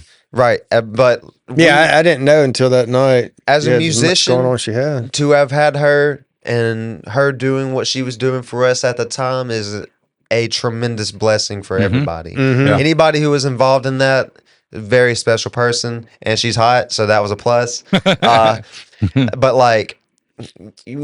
We don't have that, and there isn't. Shuckers has like a fixed crowd, so it's going to be busy, right? Right. Pelicans is somewhat like that too. Yep. But there isn't like this guaranteed venue where you can actually go see primarily live music. And I would think. I mean, Martin's would be the only place or something like that would have. That's what I was trying to get out of Pistol. He said there's a few places they play. I just think a lot of people don't want to go into Jackson, though. Yeah, thank you. Exactly. Location has everything to do with it. I don't like to tell people that either, but I can already see it. I mean, yeah, I mean, I remember when it was Martin's, great. and I like Martin's. I ate there. I don't want to go there though. At least twice a week. Location has everything to do with it. Absolutely does. And nowadays, Jackson's just not a good place to be. And I, for one, know I delivered all in that shit. Got robbed. So bounce. Right. Stay in the reservoir area if you're wanting to be safe. And then we're about driving out there. I don't want to drive from where I'm at. But we got all the other. We got the other places. You get the reservoir circuit, and they all pay the same. Yeah. And it's not all about money, but it is about money at the same time. You can't play here. And it's just like, they just don't, the bands are not pushed the way, whether you're an original band or a cover band. And I'm not going to get in that argument because I've been in both. Money tends to be the biggest problem. Yeah.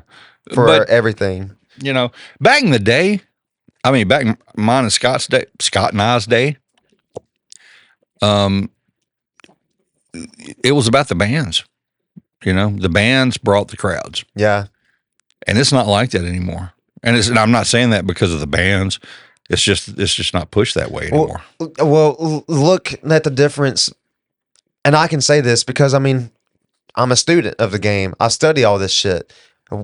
Back in the heyday, whatever the heyday is, these artists and bands presented themselves larger than life. Absolutely, they did. Well, fucking, dude, Motley Crue were like partying and were Kiss. You know, Kiss was taking over the world. You Hottest know, band in the land. You know, the funny thing is, back in Scott and I's day, there was no internet.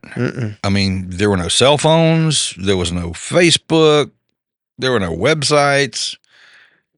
But these people, these bands, the big bands, what we consider the circuit bands, the Eli's, the Baghdad's, the I can't Spank the Monkey, yeah, Velcro Fantastic. Pygmies, all these big bands that were playing the Lamar and the Doc, they were all playing the circuits. And not everybody could get on that damn circuit. You had to be badass and you had to promote yourself.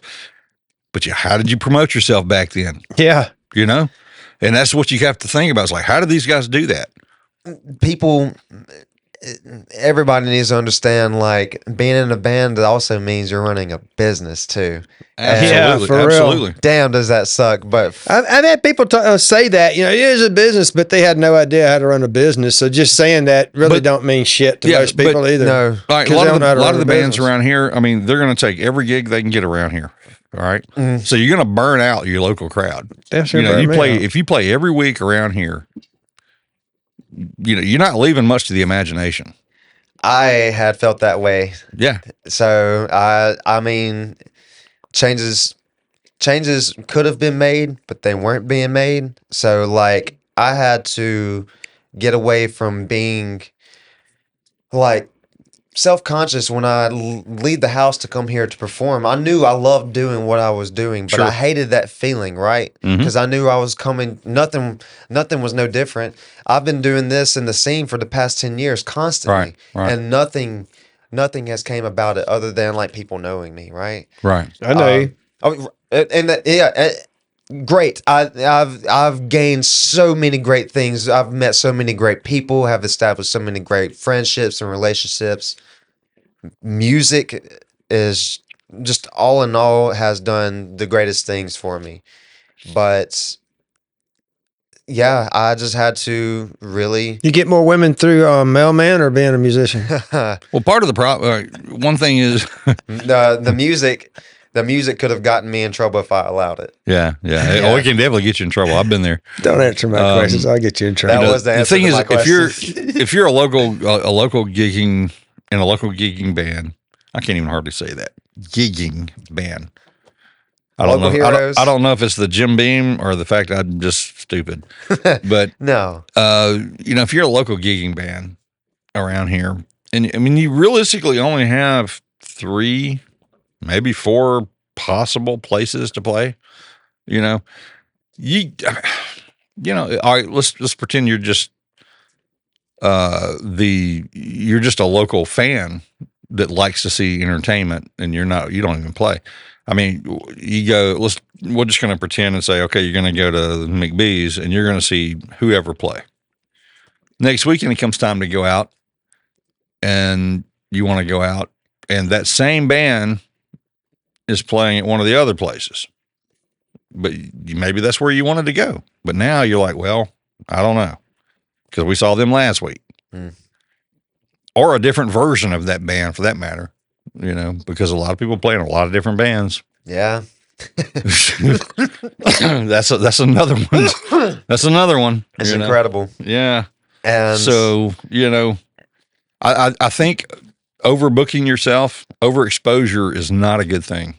And I've always wanted to be, locally, I wanted to play about once every 5 weeks locally. yeah. Leave a little mystique, you just don't want to oversaturate yourself. I believe nowadays live performance will only get you here, and utilizing the internet, social media would put you up here. And by that, I mean, like, let's say, for example, you could imagine instead of a live performance, how about a live take on whether it be your music or a cover of something, and you have it a visual of it and stuff like that. So, for example, how me and Jack did it, I covered the No More Tears guitar solo. I recorded that solo and then basically got in front of the camera and had my recording audio put on top of the visual, right? Right. So what I'm saying is, or proposing, let's say if Wake and Mars got together here and they put together a live performance video shoot and then had that posted, right? Well, I have actually thought about that. I mean, Maybe not exactly live, that's but at least recorded live. right. Recorded live and then like have a visual and then the audio thrown on it. Right. That's right there Right. does you more justice as a band nowadays than physical performance. Yeah, which is kind of what they did. I mean, they did play live when we did their podcast, you know. Right. And it was acoustically. But I mean, they're only a 3-piece band. It would have been easy to do a, you know, sort of a live. More so you know. like content material. Yeah. Like Yeah, exactly. yeah, it's just Promote yourself in a different way. and having flashy, larger than life content and how you present yourself as an artist goes a long way. I showed that to Jacoby, which is my student right now, 14 years old. And I had to explain to him, like, you know, guitar playing and technique and developing that is one thing.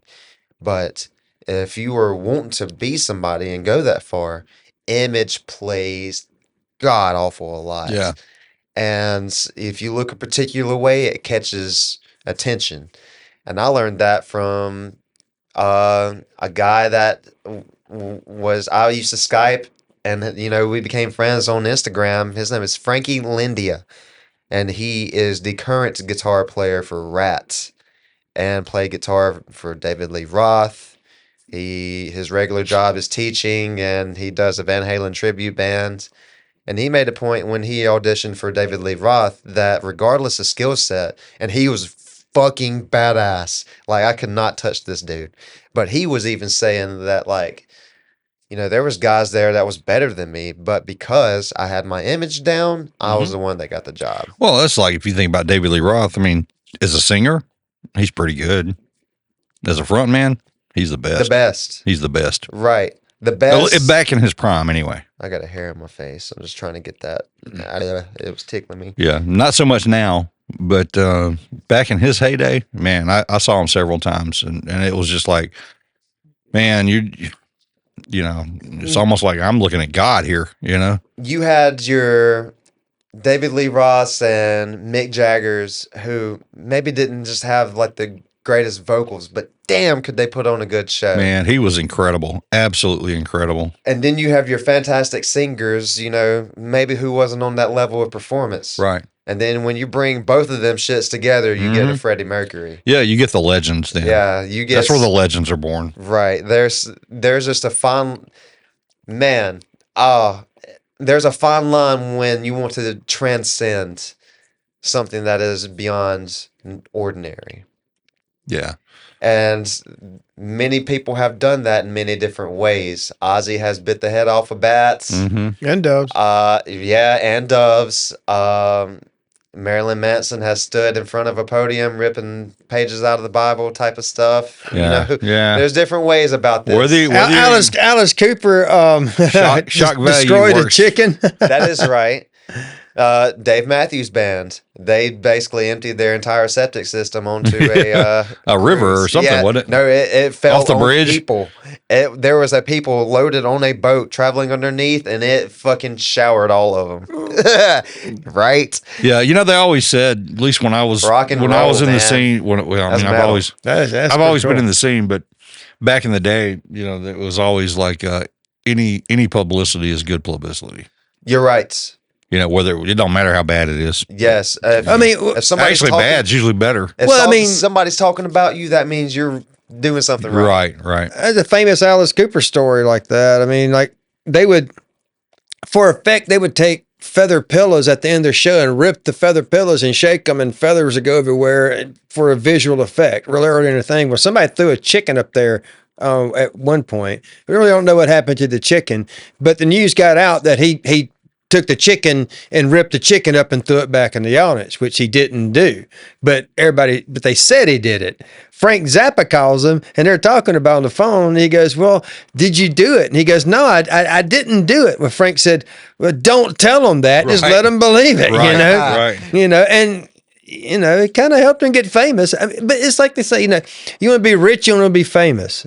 I'd rather be rich because you can be famous for a lot of different things and not all of them are good. Me and Josh Journey used to talk about like establishing like some sort of like musicians council or something like that. We were making good points how like the local scene needs something like tabloids. In short, what this council was stood for was like a unionization of musicians for better pay. But we spoke about like forming a union for like, I guess you could say musicians' rights, you know, for better pay. Like creating, if we talking about like Jackson scene being like a mecca, then there has to be more than just like bands and like venues and stuff. There has to be like Ricky Rackman, where Headbangers Ball, where he would be boots on the ground journalism and would like show up to the venues where whoever the fuck is playing that night and would interview them, right? Mm-hmm. Or like my idea. So last year I thought about creating something called Jam Pack Entertainment, and that was going to be my central outlet for releasing music. I wanted to do a podcast as well, and also being like a parent company for deities. Like if I wanted to provide a studio to have other people, if they wanted to do podcast or come record music, here you are, you know. So with that, I thought about doing like, let's say, creating a monthly. Are y'all on Spotify? No. No. What are y'all on? I know y'all on YouTube. YouTube. So it's just YouTube. Yeah, specifically? right now it's just YouTube. Oh, all right, cool. Whatever. Like creating a monthly playlist of like local music that is actually released by our local artists, whether it be Candy Bone or Chad Wesley or Cookie Woo has a new single, Waking Mars, Brian Ballou, all. That's another guy y'all should have in here, Brian. I'm fucking the C Spire guy now. Yeah, and I used to work for C Spire, and them fuckers didn't want me to do anything. Dude, bastards. It's cool having somebody that like Brian, because I've always been cool with him, and like I seen him from the beginning with the guitar, and then now he's here, and now he's on C Spire commercial, Right? And he's conveying the character of the blues musician from Mississippi. That's fucking cool. Yeah, he's really come a long way. I'm since a fan of he stepped his into the dad. scene. Yeah, right. I like his dad. Well, we've known his dad forever. Yeah, Me we grew up with too. his I dad, got to actually. see him every morning, just about it, or whenever he appeared on a news station. But like this place is home to extremely talented people and musicians or. There's some business amazing owners. talent around here. Yes, and honestly, we are all overlooked. Absolutely, we are. Well, it's like somebody brought up. Well, it may have been. I guess it may have been Chase last podcast. You know, he was talking about. I was like, why are we not like Nashville? Oh yeah, Chase. Chase is Nashville level. Yeah. And I mean that in. I think there's a lot of Nashville level around here. A few of them have left and gone to Nashville. Still there. Yeah, but I mean, there's a lot still here that are in that level. I mean that as in Chase could probably leave here now and go up to Nashville with the music that he's written and present that to an artist, and it would go number one, right? If he, and I'm not telling the man what to do, but let's say he had written He's music. not one that belongs to you. Actually, we have belonged together for quite a while because I was Candy Bone's guitar player for years. Oh, you go, girl. Right. Yeah, girl. There'd be music that'll be Damn, Scott. right. There'd be It come out. I don't know. there'd be Candy Bone music that'll be released. Levi, like Levi, don't hold back on him. Just let it go. No, it's super cool. I don't give a shit. Withhold it from my pay. I don't know what to tell you. Okay, well, you're not getting shit then. Damn it. Like Candy Bone music that'll soon be released, and like the one that was just released now, that's me. So Oh wait, what? yeah. Absolutely, right? So You're like a bad reputation. You're just all over town, aren't you? dude, Kind of like a wart. man, I am a very dirty whore. Oh, wow. I What are you saying? What are you trying to tell us? wherever I'm needed, I go and I get paid for it. Is this subliminal? Oh, you're a gigolo? So and we're whatever, gonna say, Tom Petty. hey, there's I don't know if you like these kind of shows, but there's a cool show on shit. Showtime. Showtime, baby. It's called Gigolos. gigolos. Yeah. Oh, you gotta watch this shit. Okay. Oh, you're me. Whoever, if you're watching or listening to this, and I mean, if you're, if that kind of thing offends you, then no, don't watch it. But it's an entertaining show. So I look like one of those gigolos. I didn't say that. But I'm just saying it. I mean, I'm kind of an old guy, and I still enjoy the show.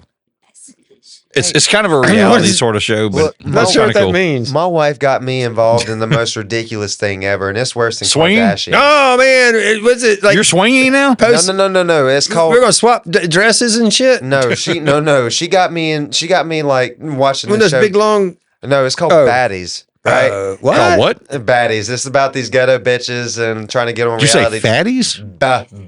Baddies. Oh, Yeah. baddies. Yeah. Baddies gone wild. Oh, Like wow. a I bet bat, that like hurts. a baseball bat. No, No. we're talking about BADDIES. Oh, baddies. baddies. Baddies. I went really hardcore there. And this is ghetto women who are trying to become reality TV stars, and they come to audition in front of already established reality TV stars, And right? they get shot the fuck down. No, man. Look, the established ones will just tell these girls like, "Hey, this girl said something," and this little innocent white girl is just like twirling and stuff, and then all of a sudden she's getting fucking beat the fuck down. I'm like, Oh, wow. damn, this is nice. Look, one girl gets in the fight, whoops ass and shit. And they, asking each girl questions and whatever. And they're like, hey, what do you do? Well, I'm a lash tech. Well, really? I'm a jack of all trades. And I was like, that just tells me She's a everything jack, about right? this shit. Oh, yeah, she's a jack of all trades, but she's a lash tech.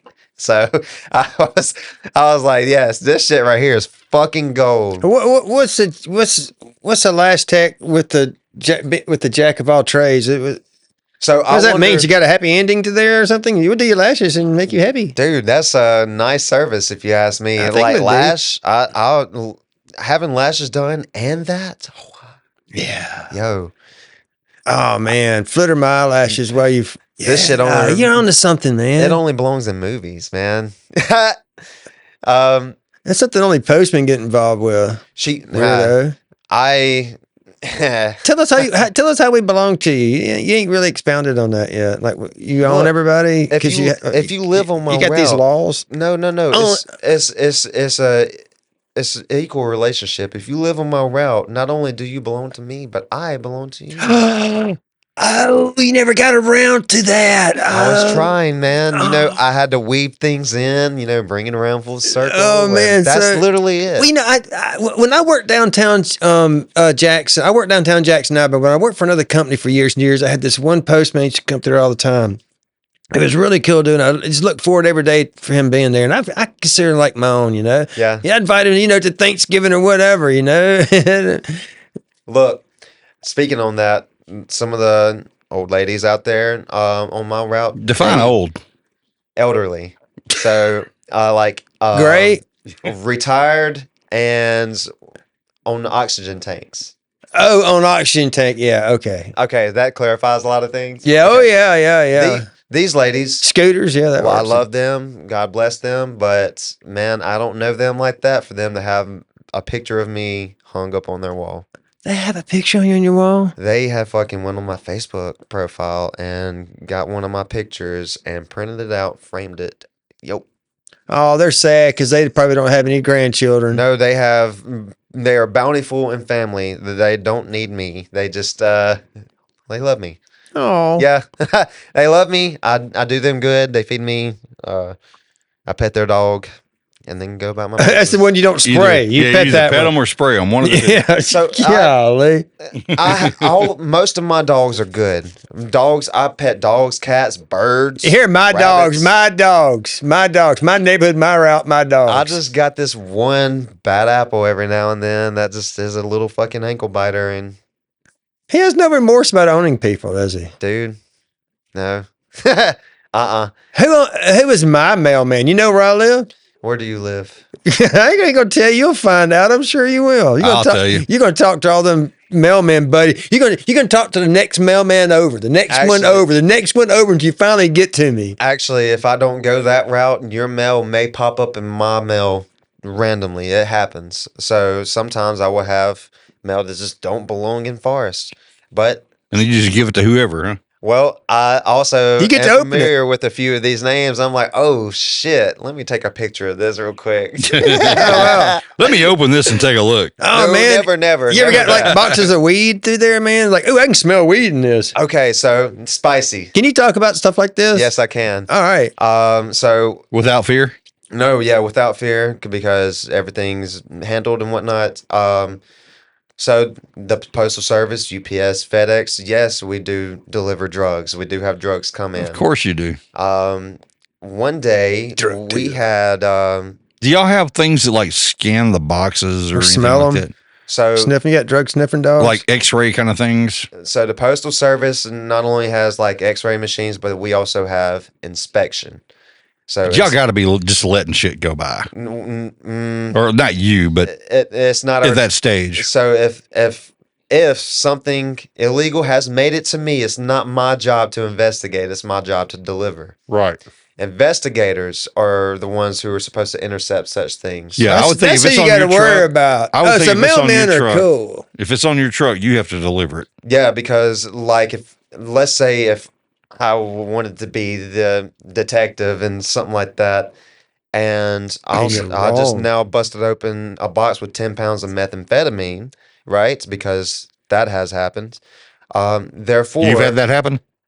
I haven't had that happen, but it has came into our office, and I'll tell you about it. But what I'm saying is, like, if the carrier himself gets involved, it's a policy that we don't we go by. It's like we don't get involved in anything, even if it was domestic dispute. Right. So, I would like, say somebody can mail a kid in the mail. You can't do shit about it. Once Well- it gets past inspections, he's like, screw it. if I don't said care. person is expecting these drugs, and then all of a sudden he gets wind that, or he even suspects that I did something about that, then it's all on me. Oh, they're Right. gonna off you. Right. Do y'all talk about these things before Oh, man. you start Has there delivering? been a missing mailman? Like, So, oh, Jed never Is comes this back. part of mailman school? so when you get hired, there is There like is a mailman 2-week school? academy. Yes. Really? And you learn get a everything. diploma and you get the little hat and everything that comes off, or you just get the little stupid shorts. You learn everything about mail and being a mailman, and then you get your hats. You get your post office hat. Eventually, you get uniforms after you put in a year worth of service. And at that point, you make a choice if you're gay or not, right? It's pretty gay at first, but then you realize, like, hey, you're like It's an I initiation. can retire. you're like one of two in this city that wears baby blue. So easy to find me, baby. I'll be in mailman uniform. Got Either these- that or you like Ole Miss a whole lot. I got no. Oh, I didn't give a shit about sports like that. You know, I didn't have a favorite team. I could give a fuck. You know, music. That's all I'm about. You know, I like watching fights. That's pretty cool. Hey, back in the day, they used Just to be random people fighting, or just or fights. Both. I enjoy UFC. I enjoy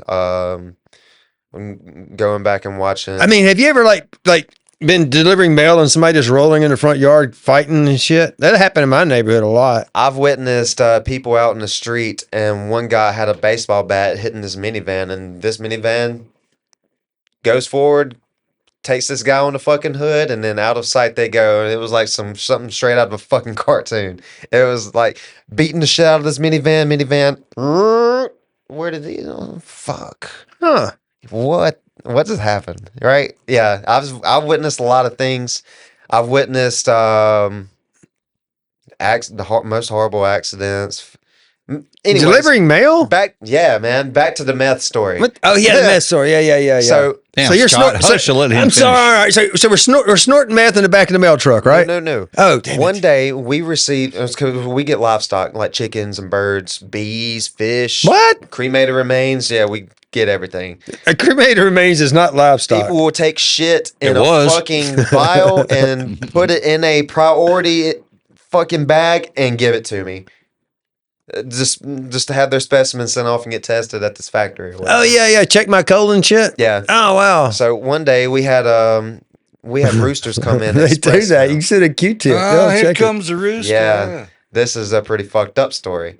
We had roosters come in express mail. Tell and- me you choked the chicken. No, man. Look, typically birds and roosters. Who hasn't choked a chicken? I mean, Tell me, not on the mail route? You have not choked one out in the mail route? Come on, tell us the truth. You choked one out in the mail route. If we're didn't you? speaking in terms of wrestling, I had a grappling match with my wiener, and that was the toughest won? match of my life. But damn, I came out on top. Oh, wow. You Oh. came out on time. Yeah, answered. I ended that edging streak. It was 14-0, and I just had to knock that 0 out real quick. Would have been real cool if it That's had been a your day messy off. situation. Man, it would have been real cool if it had been your day off and they called you into work anyway and you got paid double time to do that. Man, my wiener had 0 grappling, 0 submissions. I beat that motherfucker to death.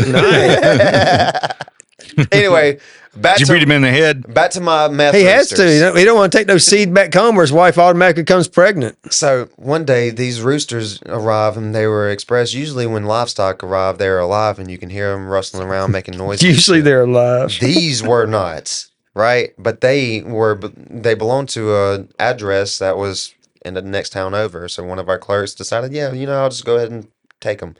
She delivers them, and when she gets there and delivered, they just like, hey, thank you, And then an inspector shows up at our office looking for them fucking roosters, and we were like, oh, we already took care of them. And he was like, oh shit, right?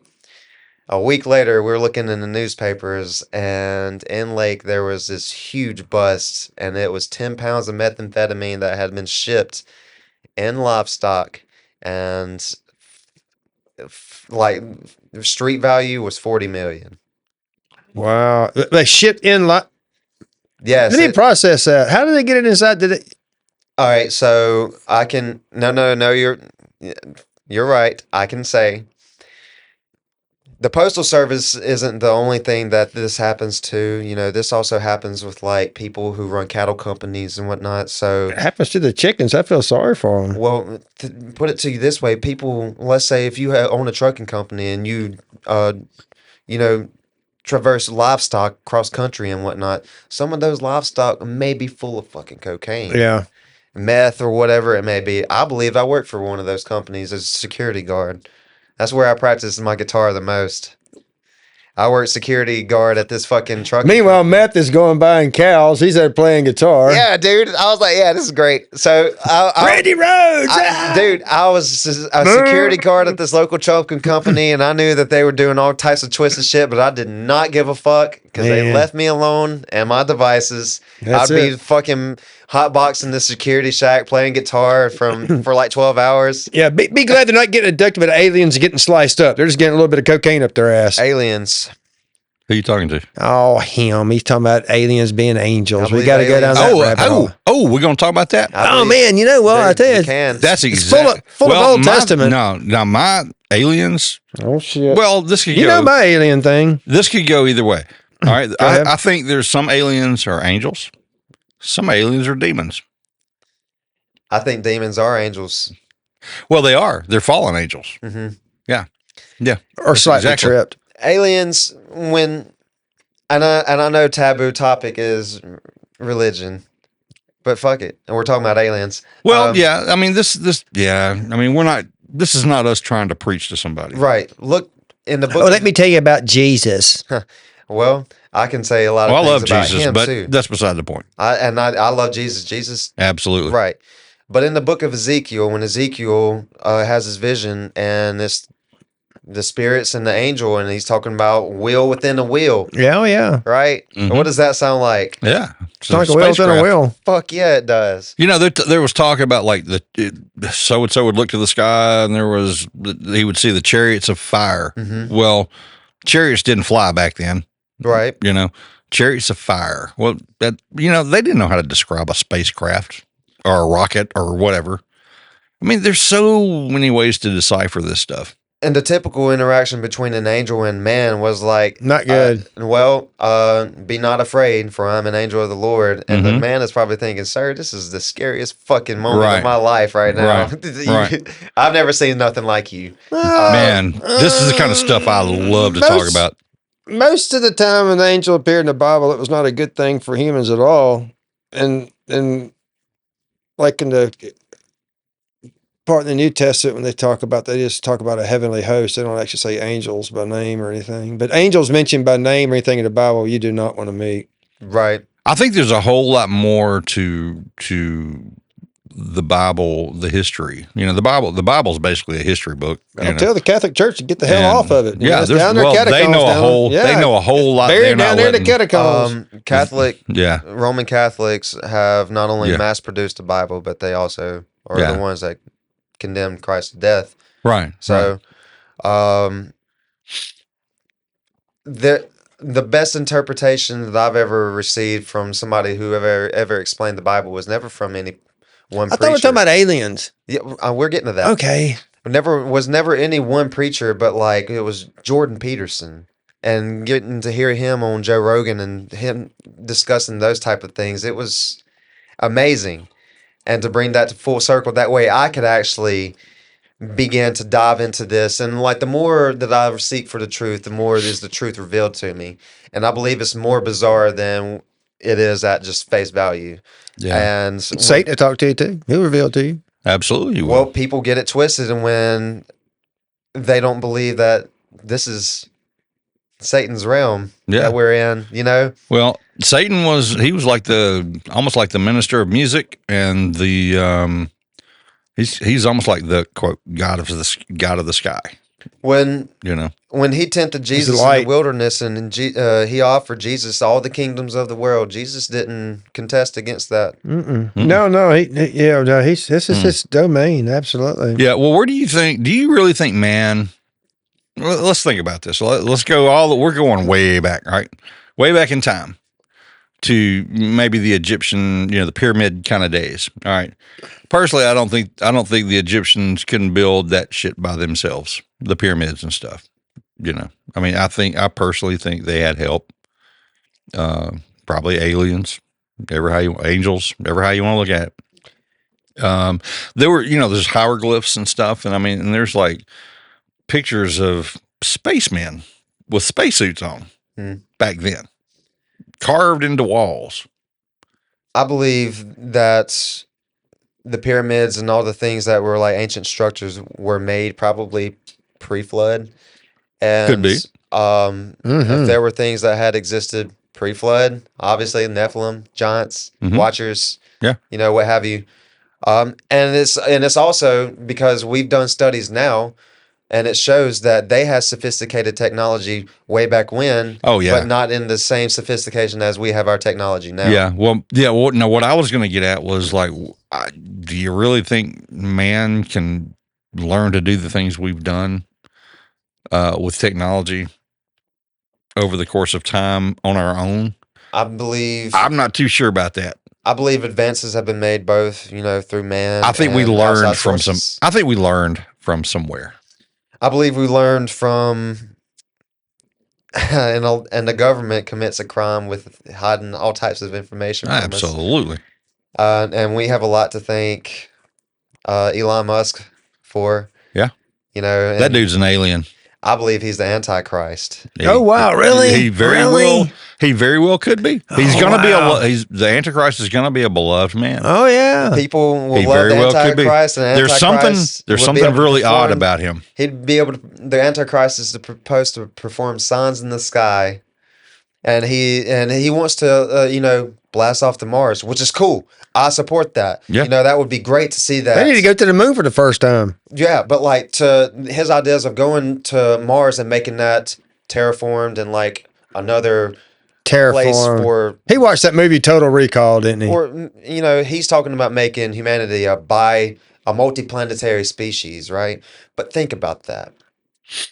Okay. So let's say that Earth is facing an apocalyptic crisis, whether it be an asteroid or something crazy, but Elon Musk has successfully been able to make it to Mars, and it just so happens that he has the Ark. But in order to get on the Ark, you have to receive the mark. Does but what is the mark going to be? I believe the this is bizarre to even talk about this, but like the mark is something that you would take in order to be able to get things and to be able to Right, use right, finances and stuff right, like that. So if right. it's the case that it's Supposedly it's something you got to have, sort of like an identity card or a chip, inserted in your skin It somewhere. used to be like as a tattoo growing up. You remember? Yeah, it was a tattoo, and then it was a chip implanted in you. let's make a comparison where now everybody has a phone in their pocket. Yeah, Yeah. I've thought about that too. And now maybe some 10, 20 years down the line, we would all have AI assistants, an That AI far thing down the that we line? could talk Shoot. to. I don't think it's too far ahead, but think of it that No, way. not at all. Things happen really quick in my lifetime. all Yeah. of 10, all of us 15 now years. have phones in our pockets. Eventually, we may have all of us having AI assistants, We really already do. right? And then what's the next step available? Like instead of having a screen to access the internet, why don't we just have access immediately, right? Mm-hmm. That's going to become a thing.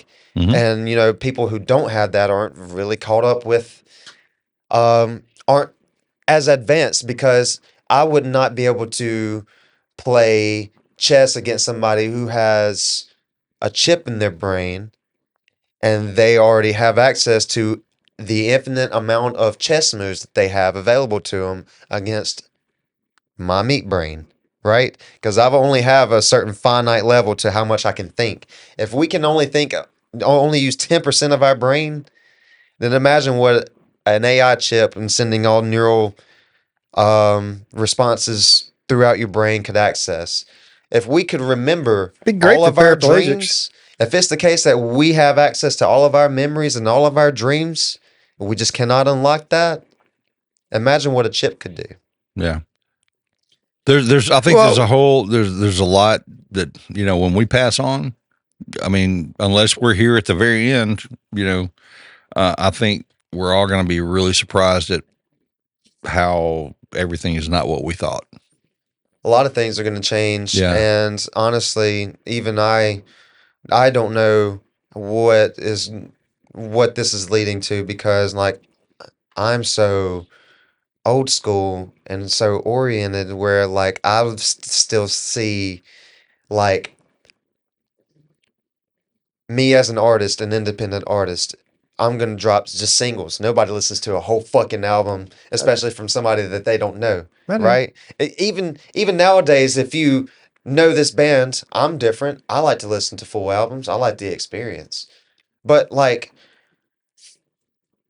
if who has dropped a full album lately? Last person I know is Chad Wesley. That's the last full album I listened to of anybody I know of. I couldn't tell you the last album I listened to.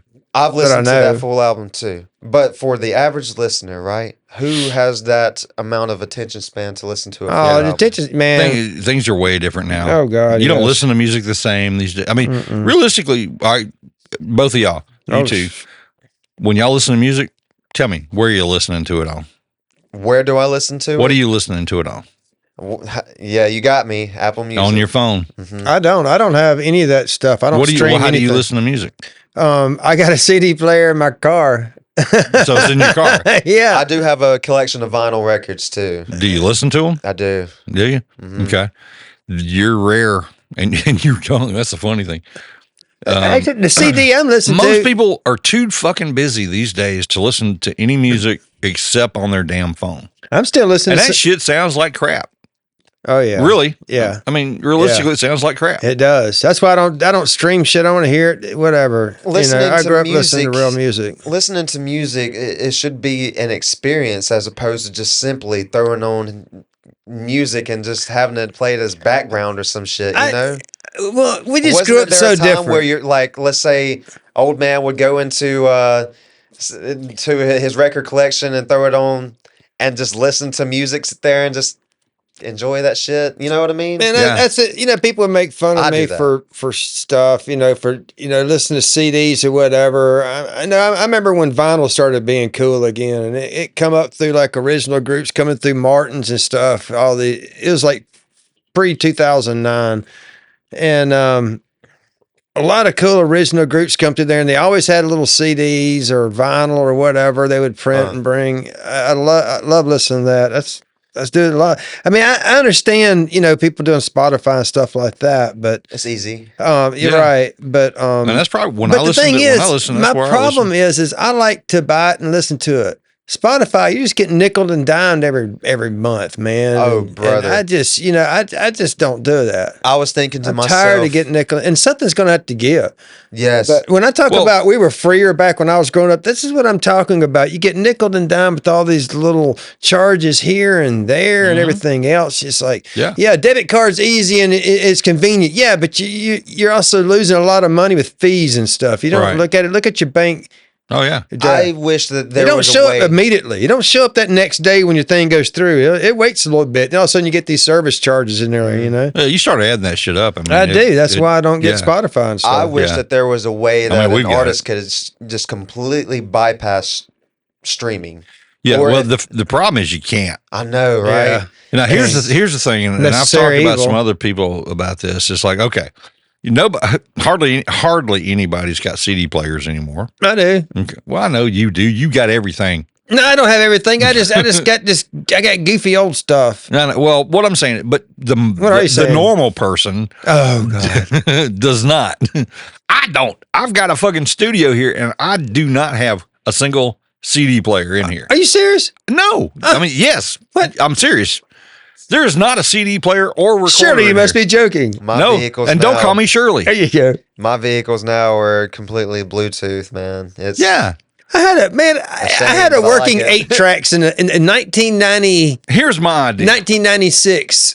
Here's I had my a idea working for a 8 band. track. For a band that's recording music, you want to sell the shit, right? Yeah, I don't know You can't about make it. You're not going to make any money streaming. I don't care how many streams you get. You're not going to make anything, especially a local, even a successful local original band is not going to make any money. cannot streaming. factor money in this, man. Nah, you're not going to make Sucks. any money off your originals on Spotify or Apple Music. You're just not going to do it. It takes millions and millions and millions and millions to make up a few dollars. If you can look at the numbers game and find more satisfaction in how many people your music is actually reaching to, I think there's more fulfillment in that. Sure, there's fulfillment in it, but that doesn't pay a bill. No, yeah. Now, see, that's also another thing is like where I wish that doing music is something that we could have just a full occupation for. Right.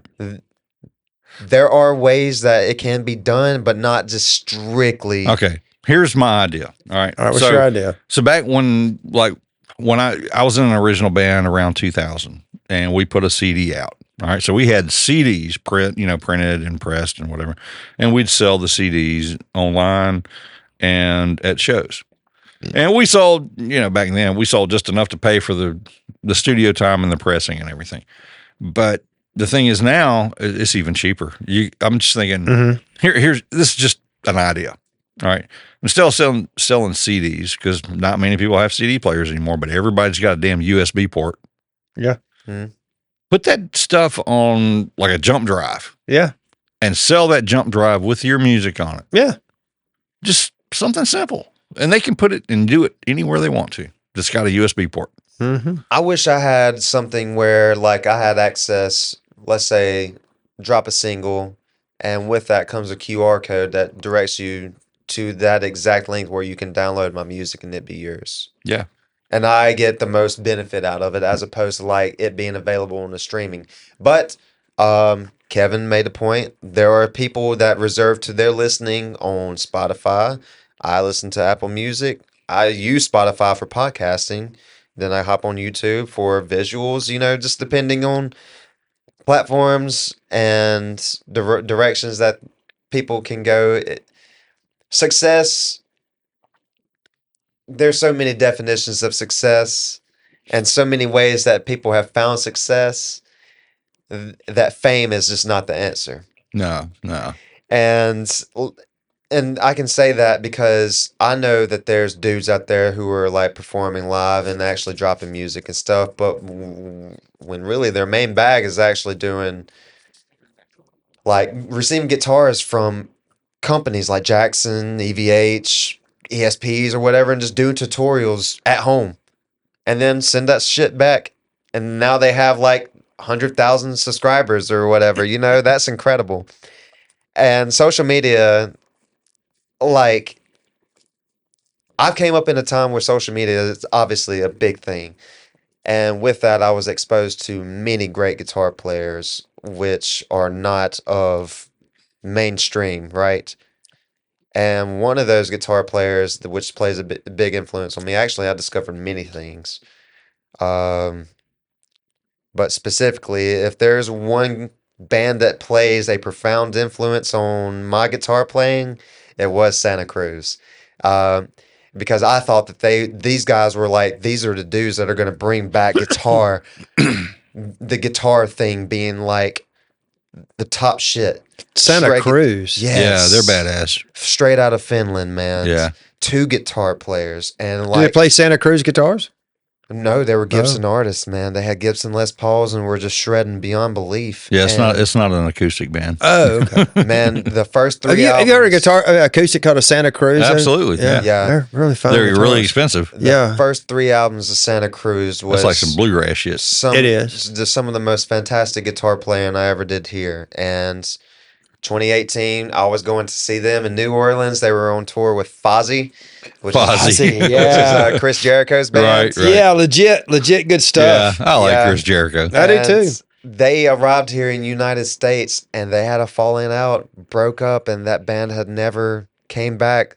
So the guitar player, which is the one I Are we talking about fancy- Oasis? No, Oh, well, I okay. mean technically you might as well just consider it that.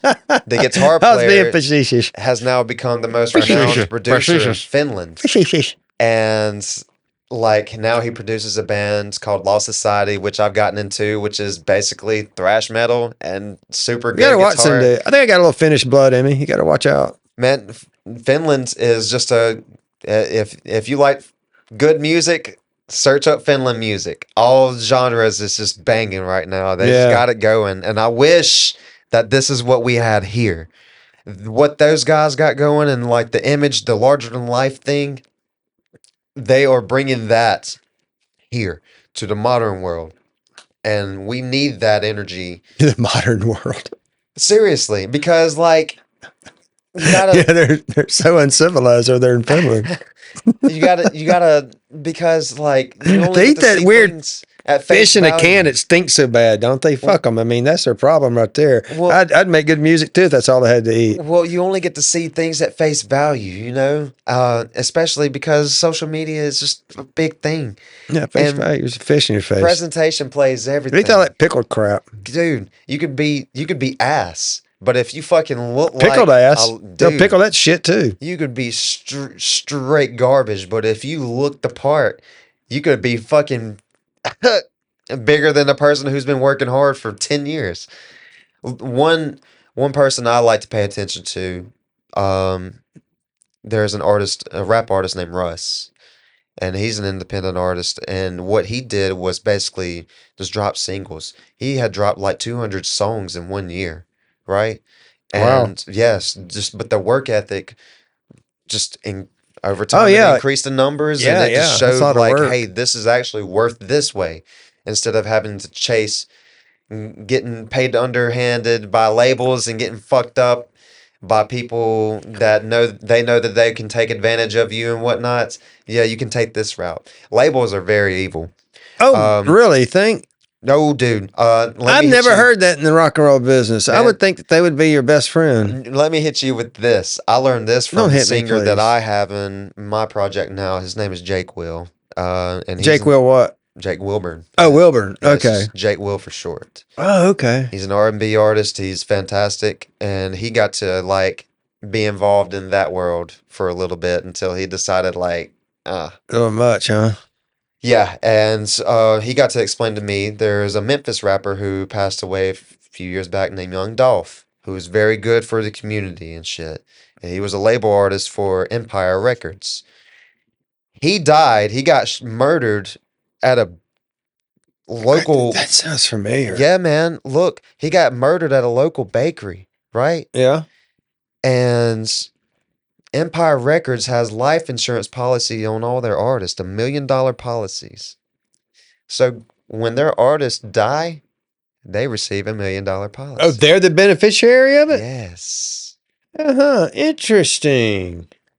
So you can imagine how long exactly that has been going for. And you know what? Prince had came out with this shit a long time ago when he came out as the artist formerly known as Prince.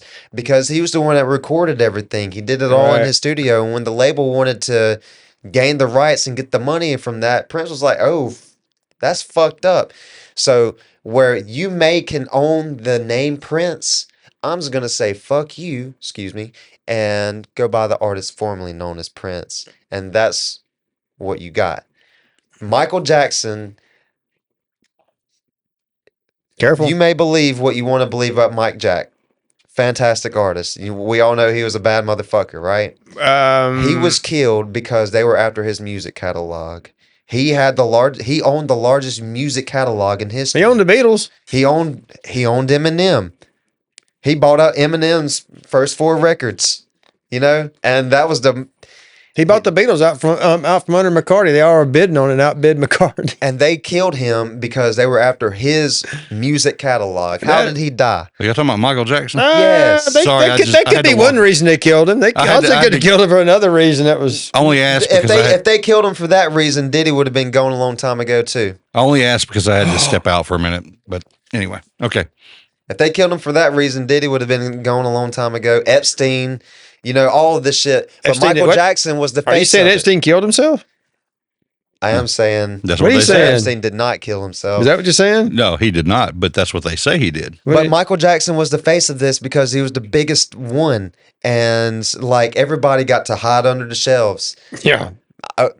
Oprah, Ellen Winfrey, DeGeneres. Have y'all been seeing things about Justin Bieber? Bieber. Oh, yeah. About, the abuse that he had went through all the years of Yeah, being famous.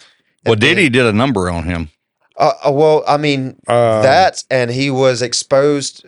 He got to be with some of the most famed, most beautiful women Mhm. who shouldn't have been with a 16-year-old, obviously. I mean, if I was him, I would have been like, yeah, whatever, that's cool. But obviously, I mean, him at 16 being with some beautiful women is probably a cool thing in his eyes until some man was like decided that it's his turn. yeah. You know what I mean? And I'm sure he took that too. and that And that's all in the name of fame. Oh, they said rock and roll. Never But mind. no, and I think that's part of selling your soul. Biggie died, Tupac died. I mean, all of Hey, that wait. shit. Now, wasn't J-Lo involved with P. Diddy? Yes. Now, Yes. what is her Yes. role in all this, and what does she know or not She know? knows a lot. That's what I was thinking. She dated Diddy. Yeah. Oh, shit. Yeah. Yeah, dude. I'm being facetious here. Yeah, she's supposedly under. Just bringing up a point. She's being watched. I'm sure she is. Yeah. She's dated Diddy. Yeah, so was Epstein's wife. Nothing come of that shit either. Well, music. People don't realize how big of an impact music and musicians have played on the world. Oh, you don't have an idea how much the Pentagon has played into the music industry in the world and the film. Did I say that? Well, it's all satanic. A lot of it is. On top of that, if one musician is up here and people will do exactly or follow him as they say or whatever, and they want to take him out because of that reason. Think of the power and the mysticism that Hendrix had at the time that he was wrote. I think they killed Hendrix. Well, that was during They definitely the let him psychedelic die. age. Definitely let him die. They came out Well, with there the was that 27-year thing. You know, Hendrix, Morrison, Amy Winehouse, Cobain. Yep. Come on, what about Psychedelic age. It's like satanic ritual shit. Psychedelic age was happening in the 60s. That was during the time of the Vietnam War. Of course, the hippies was like the anti-war movement, right? And yet Hendrix is like psychedelic god. Yeah. And sweeping sweeping Janis Drug Act of Joplin was another one. 1970. Yeah. Sweeping Drug Act of 1970. Oh, it was Janis happened. Joplin. Was she 27, too? yes, that's right. absolutely. That's right. I thought so. too. Yeah. Sweeping Drug Act of 1970 happened where they made shit schedule, and then Hendrix died later on that year from an overdose. And think of like artists who get put into the industry and they're big and they're making money for the label. Think about Ozzy when he busted out with Randy Rose and had Crazy Train. How old was Randy Rhoads? 25. Yeah, he was But- close. Here's another conspiracy of mine. Randy was talking about leaving Ozzy to Sure pursue was. classical guitar Right. and then plane crash. Sharon Osbourne. And then plane crash. Look what happened to Jake E. Lee. He wrote Bark at the Moon and fucking Shot in the Dark, all the good hits. No credit. Lee Kerslake and Yeah. Bob Daisley. They wrote the classic hits from the first. Yeah. I'm No gonna tell you. credit. No, Kerslake, he got his gold record like a few days before he died. Fucked Who? up though. Who? The Lee- drummer, The Kerslake, drummer who wrote What drummer? for Ozzy. That. the very first iteration of Blizzard of Oz. All right. Before Rudy Sarzo and Tommy Aldridge, there was Lee Kerslake and Oh, Bob okay, Daisley. okay, Bob okay. Daisley. Yeah. Okay. I didn't catch what y'all were talking about. Yeah. Yeah. You see, who's the cat from Black Oak, Arkansas? Jim Dandy. Yeah, Jim Dandy. Jim Dandy to Dandy. the rescue. I got to see them. Hey I man, had take a look at I had Jim a- Dandy in the '70s, and then take a look at Xavier Lee Roth. And you Oh, tell yeah, me absolutely. who copied who. Yeah, Oh, right. absolutely.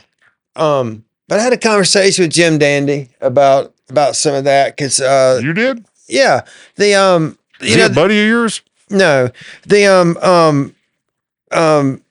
Are you a buddy of his? no, and so yeah, he was just playing, and me and Jordan Newman, they had played a few gigs with them, and they come to play here at Martin's, and so Jordan then played, and then he played.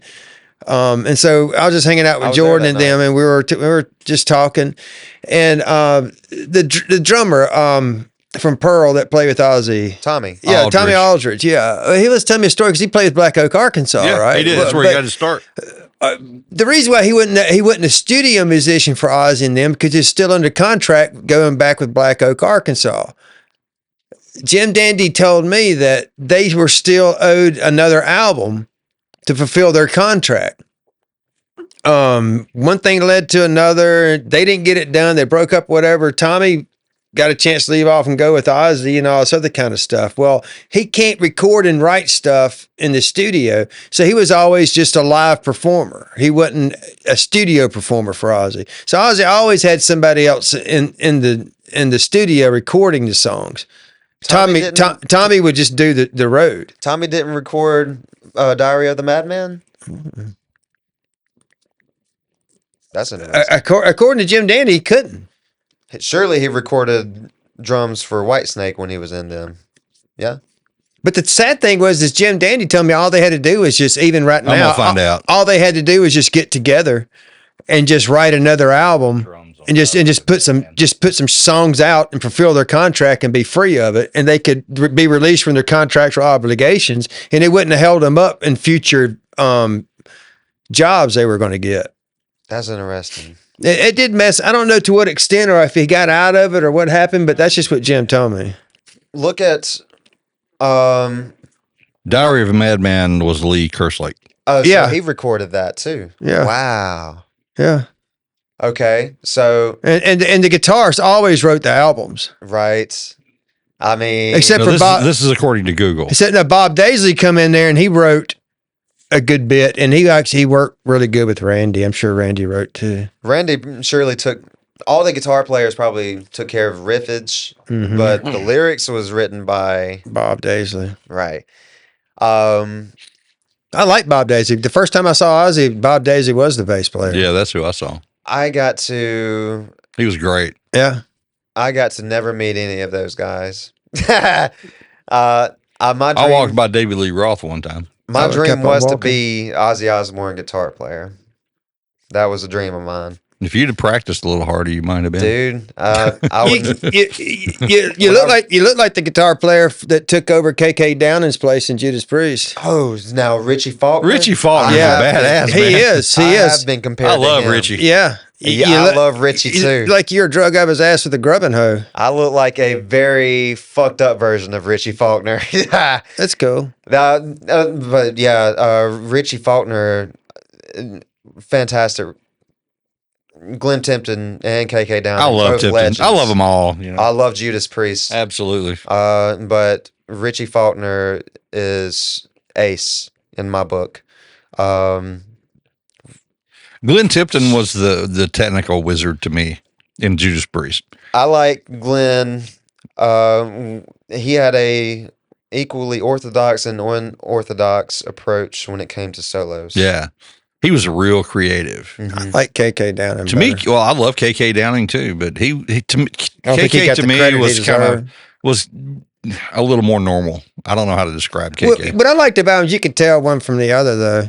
They work great together. Yeah, in a complimentary way. Yeah, yeah. It was really cool. I love dual guitars like that. Yeah. That's there. Judas Priest. Thank you. Rob Halford was another person who was able to transcend something. Mm-hmm. Who would have ever thought he was gay back in the day? I did. And what's I listened to his and lyrics. leather. I What's listened to funny his is lyrics. He man. was the anybody man on the Harley and he had just- convinced legions of guys to dress like a Yeah. gay guy. Right. Oh yeah, Right. that was great. Fuck everybody just yeah. thought he was a badass. But, You know. he was. Oh yeah, I agree. He was. And then all of a sudden it became gay. You know, it's like It's always What? gay with the if you have a leather the leather hat is always gay Here's another. Well, I don't another messed up thing, which actually turns out to be with guys. It very is. true. Is the prisons, the What? prison reform, and how they were able to use hip hop. And what they did was basically hip hop labels and prisons were in cahoots to where they were able to basically come up with a long-term plan where hip-hop content, lyrical content was about violence, drugs, gang-related things, and all sorts of that nature to influence listeners to do bad things, commit crimes, get put in prison, and therefore the prisons, they get paid for having prisoners, So they're able to use hip hop and use the artists to be able to use lyrical content in ways to convey about like crime and drug use, and which influences listeners to go do bad things, and therefore they become a statistic into the prison system. And it all goes. We have more people that are imprisoned in prisons in America than anywhere else in the world. And a lot of those petty crimes, and there are those that are rightfully deserved to have found their way in prison, but that's also become an issue in wanting to be having money. Your prisoner is just a statistic, and they make money. They generate wealth for me, and music has been involved with that.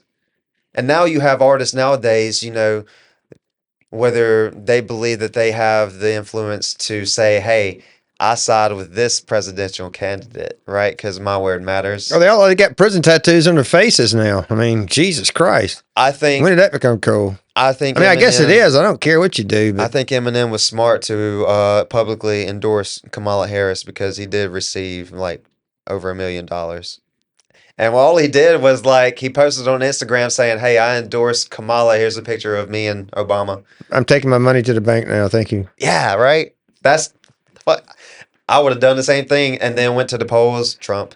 Yeah, but you know what? The problem with that is you're leading the masses in the wrong direction. Leading the masses. True that. And that's something you got to live with. And that's something I wouldn't want to live with, Politics. regardless of the money. Politics is a false religion. It's absolutely it is. With false gods, and Yes. people follow these. I'm gonna tell you what, the people in Washington are fucking possessed. Possessed and directly linked to a higher power. Yes, absolutely. Not the higher power that we want. But Right, but yeah, it's been a pleasure actually coming here and hanging with you guys. we've really enjoyed it. Yeah, and I liked it a little bit myself. It's cool. Yeah. yeah, this is Y'all, special, I want to thank you, both of y'all, for coming and getting high with us and everything. dude. What? Oh, what? Wait, what? But I didn't say that out loud. Hey, yeah, before I I'm definitely on Musser lectures again. I don't even but get high. yeah, I don't. before I close out, if y'all don't mind, y'all can find me on any socials Yeah. at Levi the Guitar Guy, where you'll find if I'm not playing guitar, doing some weird, funny shit. Um, I am working on music in studio with Jack, and And that would be Jack Plunkett. that would be Jack Plunkett, the guy, the man himself. We have basically teamed up to bring this music to life, and I hope that it registers well with people whoever tunes into Oh, it. I'm sure it is. You're much loved, man. Yeah, You sure yeah. are. Well, I think we got plenty to talk about the next time, and we're gonna have to set this. We're gonna have to set a date, Yeah. like really soon. Of course, we got Thanksgiving coming up. This may be a Black Friday podcast. Hey, By the time people get to see it, so That'd be maybe cool. Black Friday or maybe the Saturday. hell, I know But, I know exactly what I'm going to be hearing, but I'm going to be listening to it. Hell as well. So Hopefully, there's a lot of people that are going to be listening. But I think we're going to need to do this again really soon in the next week or so. rest in peace. But I know Murph came in and he, yeah. Oh, do we need to talk? Oh, rest in peace. Yeah, rest in peace to Murph. Oh my gosh. I never knew Murph like that, but I didn't know Murph either, but a shout out to Murph. I knew who he was, and I've known who he is for a long time. Yeah, I knew. But also, there's another one that I want to mention, Tom Eason, which I don't know that everybody knows. Right. But I've Tom heard of Eason, he was, Was he another drummer? No, he was a guitar player. He Okay. used to play in the Square Root of Now way back in the day. Square root of now. They played in the Coliseum opening up for somebody. Sure did. He was involved in the band SS way I've heard back. of that.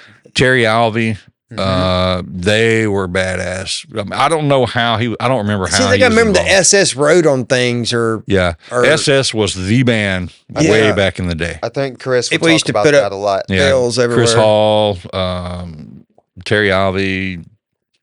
Terry God. Alvey, I've heard that. Yeah, he that dude. Ask Eric Shea. He is he's a son of a bitch on guitar. I mean, like Steve Vai kind of stuff. And another one that I'd like to mention as well, and he was a very good friend to a lot of us who ever went to Shuckers or Pelicans, Scuba Steve. Yeah, God bless him. I got a good picture of him a few weeks before he just walked up and he had a parrot with him. I took a picture of him. We were at Yeah. the day he died or the night he died. We were at Pelican watching some friends of ours, like some of the guys in Patchwork, play with me and Crow, and we were watching them. And he got on our boat and was hanging out with us, and I was kind of shocked that evening, or it may have been the next morning. I don't remember, but seeing where he had passed away, and it's like, what? Did they ever find the bird? Yes. Did they? Mm-hmm. I want to say I don't know who exactly or how. Okay. I have not heard that they did. But I want to say that I had seen a post where the bird had returned. Wow. See, I hadn't heard that. I may be mistaken. Yeah, maybe somebody let us know. Well, we're not going to hold you to contract. Right. but- Hey, yeah, you're right. But let's just say that what I say is right. And Because you're the postman and you always ring twice. yeah. I could only hope that I could only hope that it's true. Well, you can hope it's not true and you'd be an asshole, but we're not talking about that here. I would You're not an asshole, are you, Levi? No, I promise I'm not. What I'm saying is, like, I know I have been around Steve to know that bird was his. Yeah. Right? I would trade Steve for the bird, though. I'd kill Flipper for a tuna fish sandwich.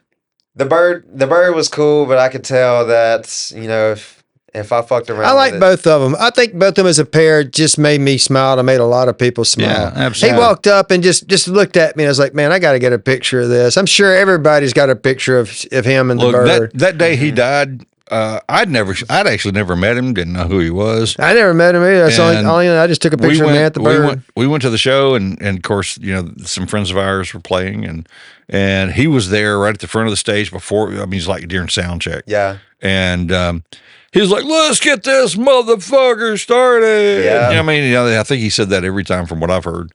Same for us. And I just happened to kind of be walking by when he said it, and he looked at me, and I looked at him, and we're both. I'm like, I don't know who this is. And next thing I know, I'm hugging him. Yeah, and at first, your first impression is like, man, this is just like the local drunk. Yeah, exactly. Well, Exactly. I wouldn't say Ruckus. the local drunk, but you need guys like that because they kind of kick things off and get people. If people can kind of don't want to say something, don't want to get there by the stage.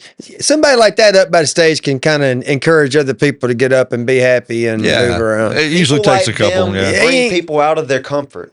I don't know who. You know, being comfort and like in a comfortable state is also the devil. Yeah. Well, You know? yeah. Because if you're comfortable, you don't have no ambition to do anything. Right. So being uncomfortable, it keeps you like, that's fresh. It's something new.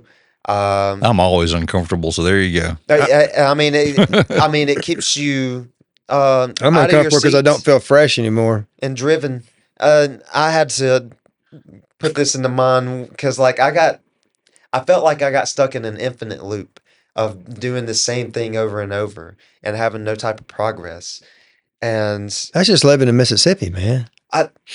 I had to disagree. I think that's You can just disagree. because, It's okay.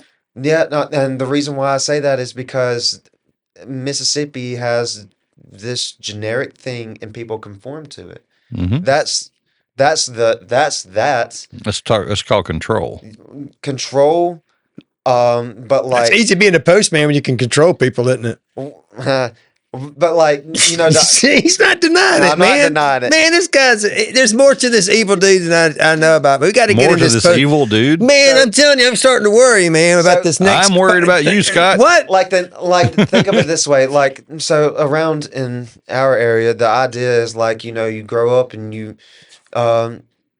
your dad is the person that you want to be, and you get a job like your Man, dad. I don't even come close to my dad. Oh, I don't dude. either. I love my dad, and I can't. And he's no guitar player. He's no Nah, musician. no, but mine either. this man has made so many sacrifices. Yeah. In order for me to, My dad was unbelievable. yeah. And No, he's believable. I saw him. I could only Yeah, aspire. you've to seen be him. Awesome. I as saw good of yours a too. dad as Yeah, he they is. were awesome, weren't they? Them two together were amazing. Oh, Yeah. good gracious. And me and you don't even come close. Yeah, we can't even get this done hardly. Not even close, man. But yeah, this what y'all have going on here is special, and just keep on doing this shit. We need to say goodnight. Good night. Yeah, Okay, bye. it's gonna be Get midnight. So it's a pleasure. We're gonna Yeah. make like a Till postman, next and we're time. gonna Man, we leave really a mail. appreciate you. We appreciate you being here, Levi. Yeah, and next time I'm here, I'll actually have probably an update on. The answers to to my come? questions about you being in the Fed. You're spying on us, aren't you? But it's time to say goodnight. And Scott, sing us out. Do you really want me to sing it? Yes, I acapella, can't- baby. I can't sing.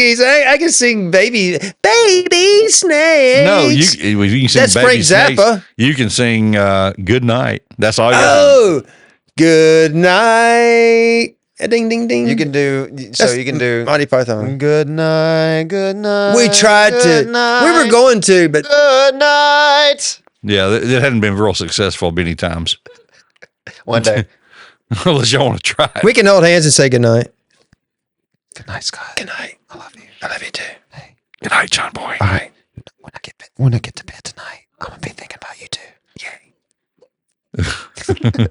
All right, guys. We're going to say goodnight. So, Scott, you got anything you want to say? Good night. Okay. Levi? Till next time. All right. And I'm going to say, till next time. Same with Levi. Yay. We'll see y'all hopefully real soon. And y'all have a good one. Thanks for watching.